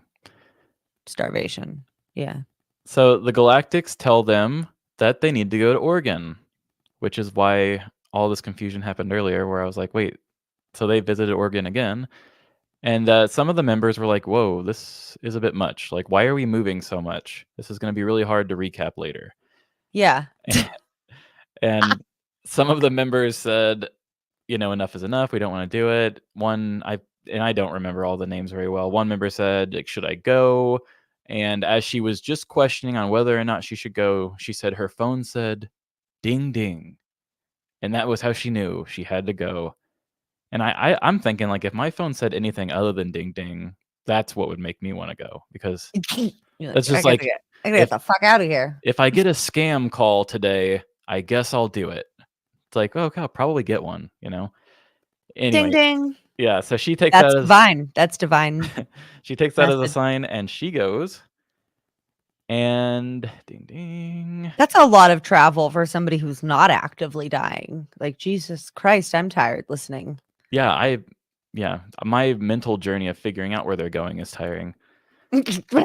So Galactic Robin Williams said, "No hospital," and, so she just continues struggling, and, I found this part to be kinda heavy, 'cause it feels like almost her body is wanting to survive so bad, but she just keeps giving herself the silver, you know what I mean? Like, she's just keeps maybe naturally like, like when if a person's being, or if you try to drown yourself or something, your body naturally wants to survive.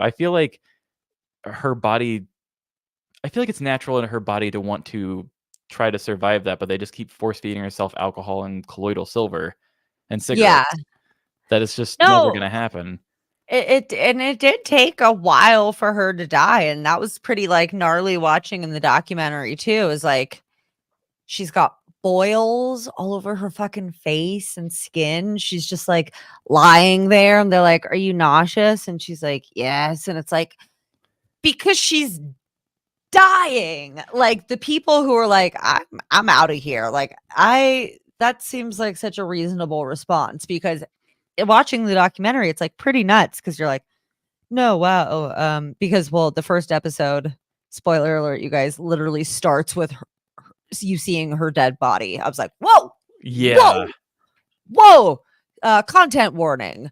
In big But widescreen, like you just felt like you were in the world. That was also, we'll get to that. But that was, I had never seen that footage, especially in, widescreen and everything. It just felt like I was just seeing the whole room in 3D was really wild to me.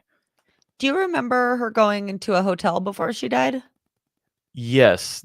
So she wanted to go to Oregon, whichever city, Oregon, I don't remember. And they stayed at a lodge of some sort, because there was this really weird scene where she was in this big wheelchair, just surrounded by like cushions and stuff. And her face was all silvery blue. And she just looked like a corpse at that point. And he pushed her through the main part of the lodge to go to their room. And he was barefoot, like through their lodge. I remember thinking that was really weird. But so Jason? Yeah. Nothing Jason does is weird once you just say he's a wild card. Then That's it's just true. like, that is so Jason, right? So Jason.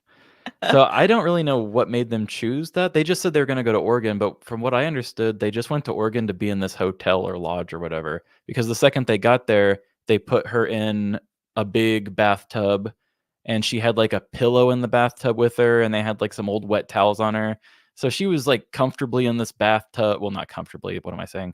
She was in this bathtub with other things trying to comfort her. And they said that she was switching between the bathtub and the shower, because there was a part where they showed just like her knees kind of shaking in the shower while they're running water on her. And it's just kind of gross. I was actually eating pineapple when I was watching the show, and I had to stop at this point. Because she's dying, Yeah, right? I was like, I'm watching somebody die. I don't want to eat This anymore. pineapple has lost its sweetness. Yeah. So a little after that, it was in the hospital where she had died, and I forget. Like I said, I get the two mixed up. One of the members had said, "What do we do now?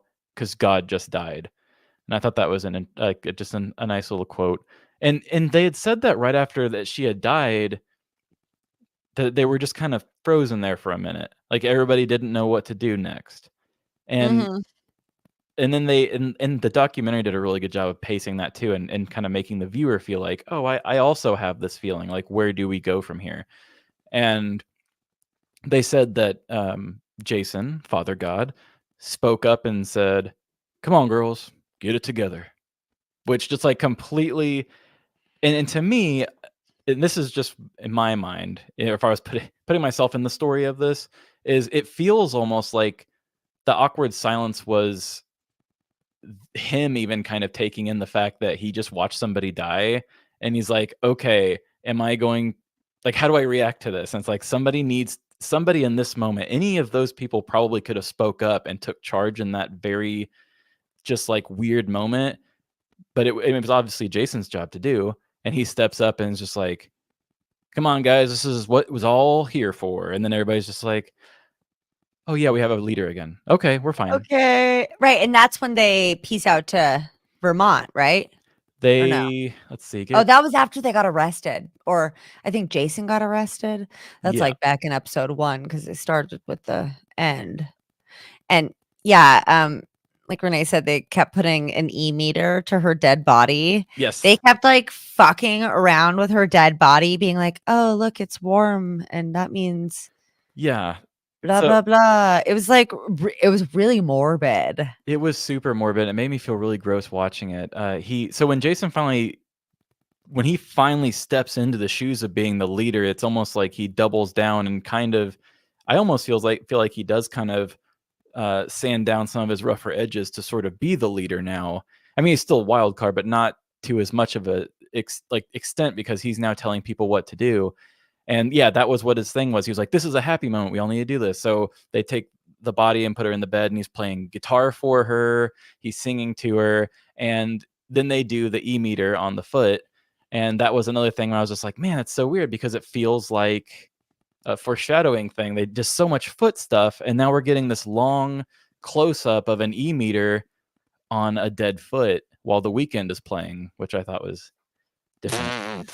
So Why do they have to go and involve The Weeknd and Robin Williams in this? Like, come on, yeah, guys. come on. Maybe they owed him that since his show didn't work out for Max earlier this year. The Weeknd had a show on Max. Oh, I'm like, oh, didn't even hear. Oh, the superstar or something. Yeah, it was. Check it out, but it flopped. It was Right. called The Idol. Yep. Okay, but I did see him in concert last year, Mhm. and it was so good. Oh, I Like- love The Weeknd. I'm not hating at all. Okay, but wait, yeah, yeah. Wait, hold on. Is there something with the feet? Well, that's just what they Because chose to you're do. foreshadowing, and I now is there a foot? Well, that was the foreshadowing. I feel like just that they were. that we're eventually going to get to this really weird e-meter foot thing. There was another thing too where they brought up a foot. I don't know if that was in that. Part, Well, you but see her foot in like the swollen yeah, cirrhosis state, and then you see her foot like dead. so So maybe just they're feels like showing the progression of the foot. for going through all of the footage that they had collected. They just had a lot of foot B-roll. Is just what I'm saying.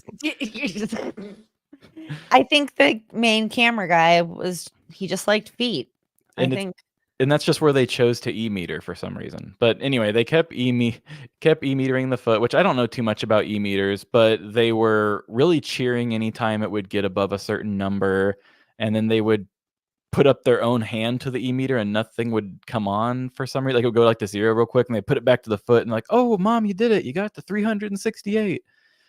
Which I don't know that much about EMF, so I'm not even sure how to explain that. I don't know. She was at a level of pain of an 800 one time, so I don't really know what their scales are. Mm-hmm. She was like, "I'm at a pain level 800, which is beyond human comprehension." I was like, "Out of what? Like 1,000 or 900? Out of 800? You know?" Yeah, if it's 800 out of 800, I'm feeling it. If it's 800 out of 500, then I'm really getting it. But yeah, that is beyond comprehension. One of the leaders did say that she had said, like, they had recapped what she had said, and she said, "Do not take my body to the hospital. Do not do this. Do not do this." And then they said, "Do not give my body to the cabal in any way," which I thought was interesting. Like, they didn't really bring up any of that kind of cabal conspiracy type stuff that I can remember. Well, they did say she was Q. Did they say that in the documentary? Yeah. Oh, They God, I guess I literally missed that. said mom's Q. Like, and all the people who are Q followers have surrendered to mom and they just don't know it yet. Also, remember Trump was on her galactic team doing footwork here on the ground. No, they definitely had some like weird right-wing shit going on too. Which really kind of matches their whole kind of backwoodsy vibe as well. Yeah, they were hippie rednecks. It was a weird mix. Okay, you're right. Yeah, I need to watch the second episode again. So they transported. That's the thing, you miss. Like, yeah, I feel like you get so much more the second time around sometimes. So they transported her body to the forest in Oregon because they believe that I guess there was a part where a cleaning lady was trying to get in or something, or a cleaning person, or maybe the people were like, "Get the hell out! You're not paying your bill." I don't know what was happening, but they said that it seemed like somebody was trying to get in the room, so they were like, "Oh, they're after her body. We need to move." So they took her out of this lodge and they went and stayed in the woods of Oregon. And they didn't they weekend at Bernie's her on the way? I have They like put her in the back seat with fucking sunglasses on. That was, I mean, I get it. We're in like the most morbid part of the show. We're seeing this dead body stuff where they're trying to they're like talking about her rigor mortis and how like, oh, she was stiff, but now she's loose now. So maybe she is coming back to life. How do you explain that? And just talking all this wildness. And yeah, and then after all of this, they're like, yeah, we made an escape. And then we put sunglasses and a hat on her body and pretended that she was alive for a cop. And at this point, I was just like so overloaded with all of this information that it's just like, Weekend at Bernie's? Like, this is what we do? Wait, now we're weekend at Bernie's saying it? Like, yeah. I could not believe that was real. But they got away with it and made it to the Oregon, or they made it to the forest, and they had talked about like they didn't know what to do with her body. They thought that the Galactics would come and actually just take it. So they Yeah, and waited. then they're like, "Hello." Yeah, I think they were very confused on whether or not I think they. they thought like a spaceship type of deal was going to come down, like suck her up, Yeah, beam of like light Mom type of thing. ascended, like her essence has ascended, but like does her body ascend too? I think so. They considered doing like a Viking funeral. They talked about putting her on like a wooden raft and shooting fire arrows at it, which Totally. that feels like something some They of just my. like to, they're like, I'm gonna take a little bit of this. Oh, QAnon, we like that. Mhm. Vikings, yes, please. I've got a Twin lot of country flames, relatives, and the Bible, I like it. they would Yeah, love the Viking funeral thing for sure. I would like. So as they were doing that, the body was just hanging out in the tent, and so somebody had asked one of the people like, "Hey, what did you guys do with the body?" And they're like, "Oh yeah, hanging out in the tent." And the exact quote was, "Next to Pops, he slept with her." And the dude doesn't flinch at all, or say like nothing weird about their leader laying next to a dead body every night. Mm. And I'm like, I get it. I get that they're into the whole spiritual thing and they think that they're doing all this stuff, but they also understand that there's the 3D world and then there's their like higher level world The and 5D. the 5D. And so you'd think that you could still be like, okay, in the 3D world, this is a little fucked up though. Like I get Right. it. Like that's Mother God, but like if you think about it strictly on a 3D level, like this ain't right. Hold on. This is why I just burst out laughing. Weekend at Mom's. Oh my god, I'm dying. I could see some pretty distasteful memes off of that. Wait, so how do they get her from like the forest to the sleeping bag deal? So there was a point where Father God had told them it was like everybody was struggling. They didn't know what to do. They were all kind of freaking out on what their next move was. And he had told most of the other followers to go and like take showers and just, kind of pamper yourself and get ready because we'll start traveling. And as they were gone for the day, I believe it was just Jason and one other male member took the body and they just started driving back to Colorado. It's from what I understood, they just left the others there, but they didn't seem mad about it, which I thought was kind of interesting. And then, Well, I mean, Father God has got to do what Father's God got to do. It's justified, right? I mean, that's true. It's for the greater good. Yeah. So they left, and at this time, they bring back Michael. They start talking about Michael again, and they had said, Archangel Michael. yeah, our money guy. Miguel. Yeah. The money He guy. had pulled it was like $50,000 out at one point, or like 200,000, something like that. And the other members that were abandoned in Oregon saw that and were like, "Oh, maybe they're pulling the money out for such and such reason. We're gonna go back to Colorado." So luckily, they also were just going. They're like, "We'll just go back there." So Jason and the other male member get Amy's body back to Colorado at their original place, and Michael shows up, and he's like, "Oh, what the hell are you guys doing back here?" And they're like, "Well, Mother ascended, and we just thought your bed would be a good place for her to lay." And That's right. He comes home from like a business trip or something, and mhm. And so they're like, he's "What's up, dog? Mom ascended. She's in the room." yeah, it's like, "Oh my god, I thought I got rid of you people." Okay, okay. Well, somebody earlier said that he got away with like $300,000 or something. So Yeah, he pulled out like 50 at one point. They saw that, and then he eventually pulled out the rest of it. And I think in one of the interviews, Jason had said it was like 294,000, something like that. I don't remember, something close to that. so Miguel got away with the money at the end, huh? Yeah, he gets all the money, I didn't really realize that. Oh. and after all of this, and he has all the money, he goes to the cops, and he's like, "These people have a dead body at my house. I don't really want them to be there. I thought, I'm not trying to take the fall for this shit. yeah, he goes up and we get to see footage from a body cam from a police officer meeting him, and he starts his story with, "It started yesterday," and I thought, who the fuck starts a story like this? It felt so much like a movie. It's like he thought that if he said it started yesterday, that like a blurry transition would just tell the story for him. Because then he's like, "Oh, I'll just continue going." I just thought that was such a dramatic thing to say. That he said it started yesterday, tells him the whole story. The cops go and they seize the body, and then it finally meets up with how the whole documentary started. They don't show that footage again so much, but then now that you know who the followers are, they show a little bit of footage of Jason in handcuffs being walked out and a couple of the other guys.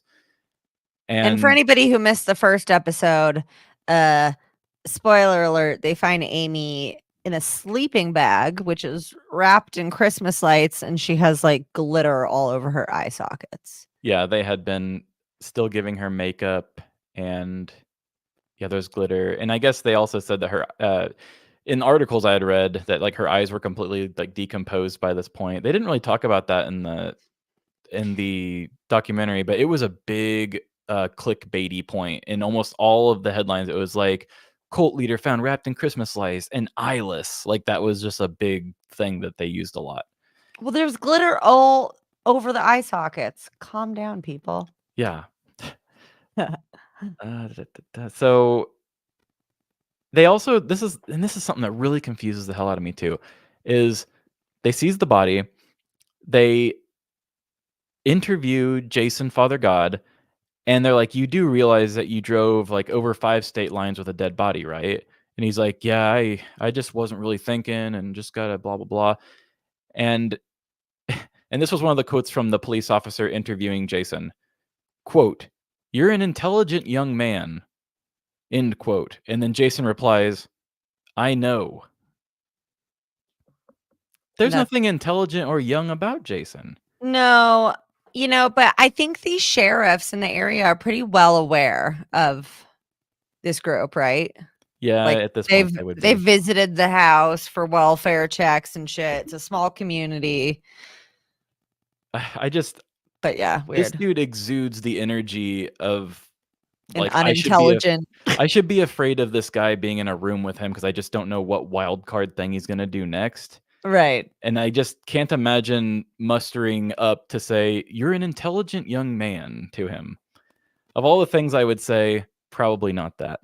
Cops blow my mind though, Yeah, so the news breaks after the story gets out there that there's a all the clickbaits are getting out there that we've got a cult leader wrapped in Christmas lights and blah blah blah.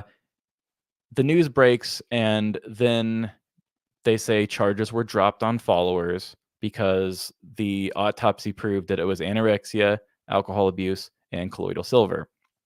And then we get to see a lot of our members. Well, first, the 2 members they show is Jason and the other male member, Mm-hmm. and they're in Vermont, like you had talked about. But the thing that I do not understand, and I need somebody to explain this to me because I've done some research and I can't figure it out, is why are they not charged for moving the body? I don't get it. Like I understand that the cause of death isn't because of them, but if you move a person's body, that's a felony, right? Like, Yeah, and they did it over state lines, and there's so much proof that they did it that why do you not still get some sort of well, he is on an ankle bracelet, and that was never really explained why. I guess, yeah. I wish they would say that though, because Yeah, there was definitely kind of some like, come on. so that's just something that just didn't make any sense to me. It seemed like they were in jail while they were figuring it all out, but once the case went through, they were out. Now, yeah, whether if he was on an ankle bracelet, sure, but I wish they would have explained that because when they say Yeah. charges dropped, that gives me the feeling that no, all charges are dropped, So I don't know. I just also wouldn't be surprised because like the justice system just like doesn't do shit. I feel like. Yeah, it confused the hell out of me. So I thought it was a good quote from Jason too when they had kind of asked him like after it was all over and after he had gotten arrested, he had just said, "You're a kid from Wisconsin. and all of a sudden, you're elevated in consciousness by the greatest being that ever existed? Like, he was just like, "Fuck yeah, I would do this." Like, it basically, "Would you do this again?" It's like, "Oh, yeah." Like, this was the situation I was given, like, it was a pretty amazing opportunity, don't you think? And after that, it cuts to a scene of him doing his best impression of Charles Manson dancing, which just Ugh. blows me away. Like, he's just sitting there on, like, a cliff, and he's like like, I'm not even sure what How'd you those know moves he are, was doing a Charles Manson impression? because it reminds me of a Charles Manson Oh, dance okay. video. Woo, It that was a one. Okay. joke. No, he totally okay. Yeah, no, it was a good one. That was my bad. I didn't catch it. Yeah, no, he definitely did. Yeah, no, I was just like, this guy's so on meth right now. Mhm. But he was feeling himself during that dance. Do we have much left? Because I do want to get to a few comments and questions. I don't really have anything left. I rewatched this and took my notes, and I ran out of time, so I didn't catch the last 8 minutes. I just know it after this is where they just kinda showed everybody splitting off. We talked about it earlier. The, um, the Hope 2 and girls, Aurora Hope and start Aurora did 5D. 5D. Jason and one of the male guys stayed in Vermont, and then 2 others paired up and did something else, and I can't remember what. But they all kind of went their own separate ways, but that was something that, my wife and I both noticed. It's just like, these are they stay in pairs. Even though they split up, nobody was by themselves. Was Erin the girl who was super tearful? I don't think she's reunited with her family. Or Uh, they didn't make that super clear. Yeah, I really wish they would have done like, now this person's doing this and this because like yeah, I think there was probably maybe close to 10 people that they interviewed who are like her hardcore followers mhm. who still believe that she's fucking ascended and blah blah blah. Love it. Thanks for staying. I know this has been it's been a long one, but man, there was so much to go over, you know. But Yeah, have a thanks for great hanging out. night. Thank you. Yeah, just and then I guess because now essentially Hope and Aurora are kind of like running the cult online, but it seems like they believe it. I don't know. That's a weird one. When like Yeah. they actually become kind of the cult leaders, like when do you pass on responsibility? Yeah, like I kind of look at it in sort of a capitalist sort of way, and it's just like, obviously there's an audience for this, and you know it'll work, and even if you are the knockoff brand of it, you know, like the last season of That 70s Show version, you're still going to be making a decent amount of money. That So 70 show is canceled and we hate all of them. I know, but that that's always something I think about, is how they had such a huge cast change and still kept that show going. It's such an interesting thing, but to have them try to do that, even though they're doing like an off-brand, not as good version, I'm sure they still have quite a bit of money coming in from what they sell. I wonder if they sell colloidal silver. That would be an interesting thing to see. Yeah, I don't want to give them the views, but now I also kind of feel like I want to check out their YouTube. What the fuck's going on over there? Yeah, because if they Um, still sell the silver, that'd be nuts. I wouldn't even think about, like, yeah. Like, wait, what? I'd be done with that after seeing somebody's face turn blue from it. Right? Like it seems though that they, at least from what they're saying, that they still don't believe that she was killed by alcohol and silver and starvation. Like they, from what they're saying, think Mhm. that she ascended and probably the silver helped. um so Renee said we need Trevin back. Just wanted to pull that up because Oh, thank you. Oh, I Trevin, think I'll probably that be means back. you got to come back. I Yeah, can do it. We've been talking a lot more, and I think, yeah, I'm down with taking this journey with you, and it's so fun. yeah, it's a good time. And I don't Um, edit it. exactly. Renee said being a nurse and having people die, the disrespect was the most horrible part. Yeah, just like seeing the, weekend at mom's and Mhm. just like the the e-meter, and it was just like, yeah, it was just like it was very morbid. And her sister is definitely one of her sisters. Her mom, actually, I couldn't tell. She seemed a little bit more on the fence, but one of her sisters is definitely very outspoken about the fact that like somebody there should have taken her to the fucking hospital. They let her die. When I saw videos of like how sick and out of her out of like when I saw videos of how sick and out of her mind she was, like I wasn't mad at her anymore. Like I was mad at like all the people there for not one person saying, "Hey, this is crazy," Yeah. taking her to a doctor. But I mean, that's also like bounded choice, and people doing what seems like crazy to everybody else, but in their situation seems like one of the only very few actually sane options. Mm-hmm. Oh, I actually found a follow-up here on their charges that might give us the answers. Okay, sweet. So this is from districtdefy.com, where they talked about Love is One, and it's like a Where Are They Now article. It says the members face severe criminal charges, including child abuse, abuse of a corpse, tampering with deceased human remains, and false imprisonment. The child abuse charges stem from two children, a 2-year-old and a 13-year-old, who were inside the property when the body was discovered. Then it says, as of late September 2021, Fox News confirmed the court officials officially dropped all charges linked to Carlson's death. There's no explicit reason why these charges were dismissed for all 7 members, but the Gazette reports that Carlson's mother believes District Attorney Alonzo Payne did not want to deal with the situation. I mean, that's probably. I mean, it's kind of tricky. It's like where it sounds like a headache figuring out where to place the responsibility. So he's probably just like, yeah, fuck it. Yeah, but you still moved a body. Yeah. No. Yeah. Thank you, Peggy. Yeah. My show is very deadpan if you like that. Yeah, Peggy P said, I dig Trevin's deadpan humor. So you guys, it is 9:40 here. Are you east? No, you're I'm central, so it's 10:40. That is cuckoo bananas. Yeah, and I work today, so I'm glad I'm even 1 ounce on my game right now. You're like rocking. Way to go. And now we can both take Sunday morning to chill.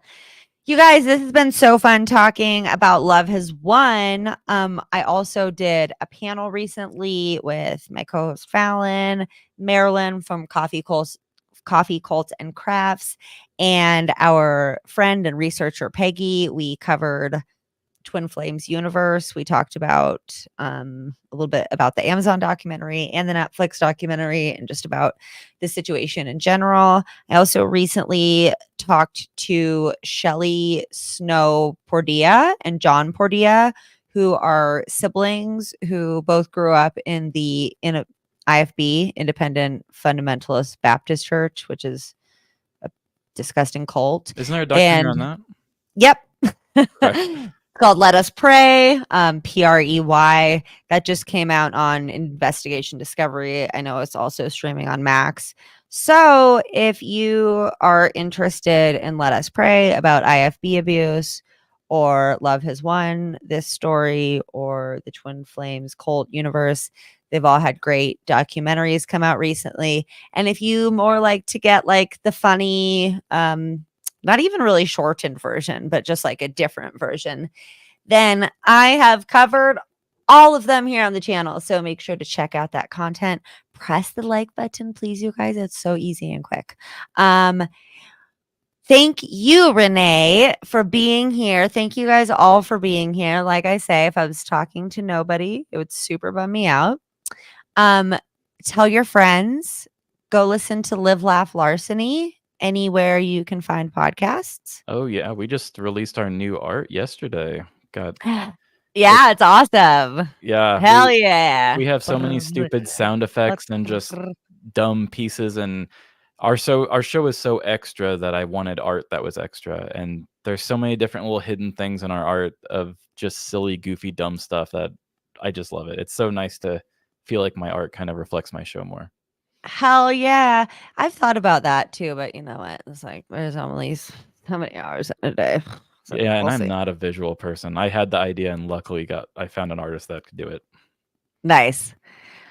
Let us pray, cuckoo bananas. Yeah, super, super bummer. But Shelly and John, who are siblings who were lucky enough to, thank God, get out of that fucking group. Were just God. Their stories were incredible. I rarely laugh or I laugh all the time. I rarely cry during episodes or interviews because I use laughter as a coping mechanism, so I don't cry. But that interview made me cry because, like, fuck, they are so inspirational. Like, man. So yeah, that one was definitely like a heavier, very much heavier vibe than tonight's episode for sure. But yeah, if you like silly and unhinged and crazy and fucked up, you can find that in different ways, but on both of our shows. So Yeah. that's So Fucked Up and Live Laugh Larceny, wherever you listen to podcasts. Follow us on social media at TSFU the podcast, tsfuthepodcast.com. Trevin. Live Laugh Larceny podcast on any socials. Boom. All right, you guys, thank you so much. Have a great evening. And I'm going to take the weekend off because I booked like 6 streams this week because that's how it rolled. And I was like, settle down, Ashley. You're having too many panic attacks. So I'll see you guys on Monday morning at 9:30 Eastern time to let you know how my weekend of chilling went. If I did it, did she chill? Will she chill? I hope so. We'll see. We'll see. You'll find out on Monday morning if you join me on the live stream. It's pretty fun. I talk about complex trauma and living with it and recovering from it. I'll have to get a weekday off and talk trauma with you someday. It's good stuff, It's good stuff. Peggy P is like she's one of our often viewers. Thank you, Peggy. She's watched my complex trauma stuff. I talk about how I have this manager part named Stacy, who's just like loves to get shit done. Mhm. And she scheduled this week and scheduled like a total of between appointments and recordings and lives, like, I don't know, a dozen things or something. It's Wow. craziness. So I'm very excited for the weekend off. I don't blame you. So, whee, yay. Okay. Yeah. All right. Bye, guys. See ya. Good night.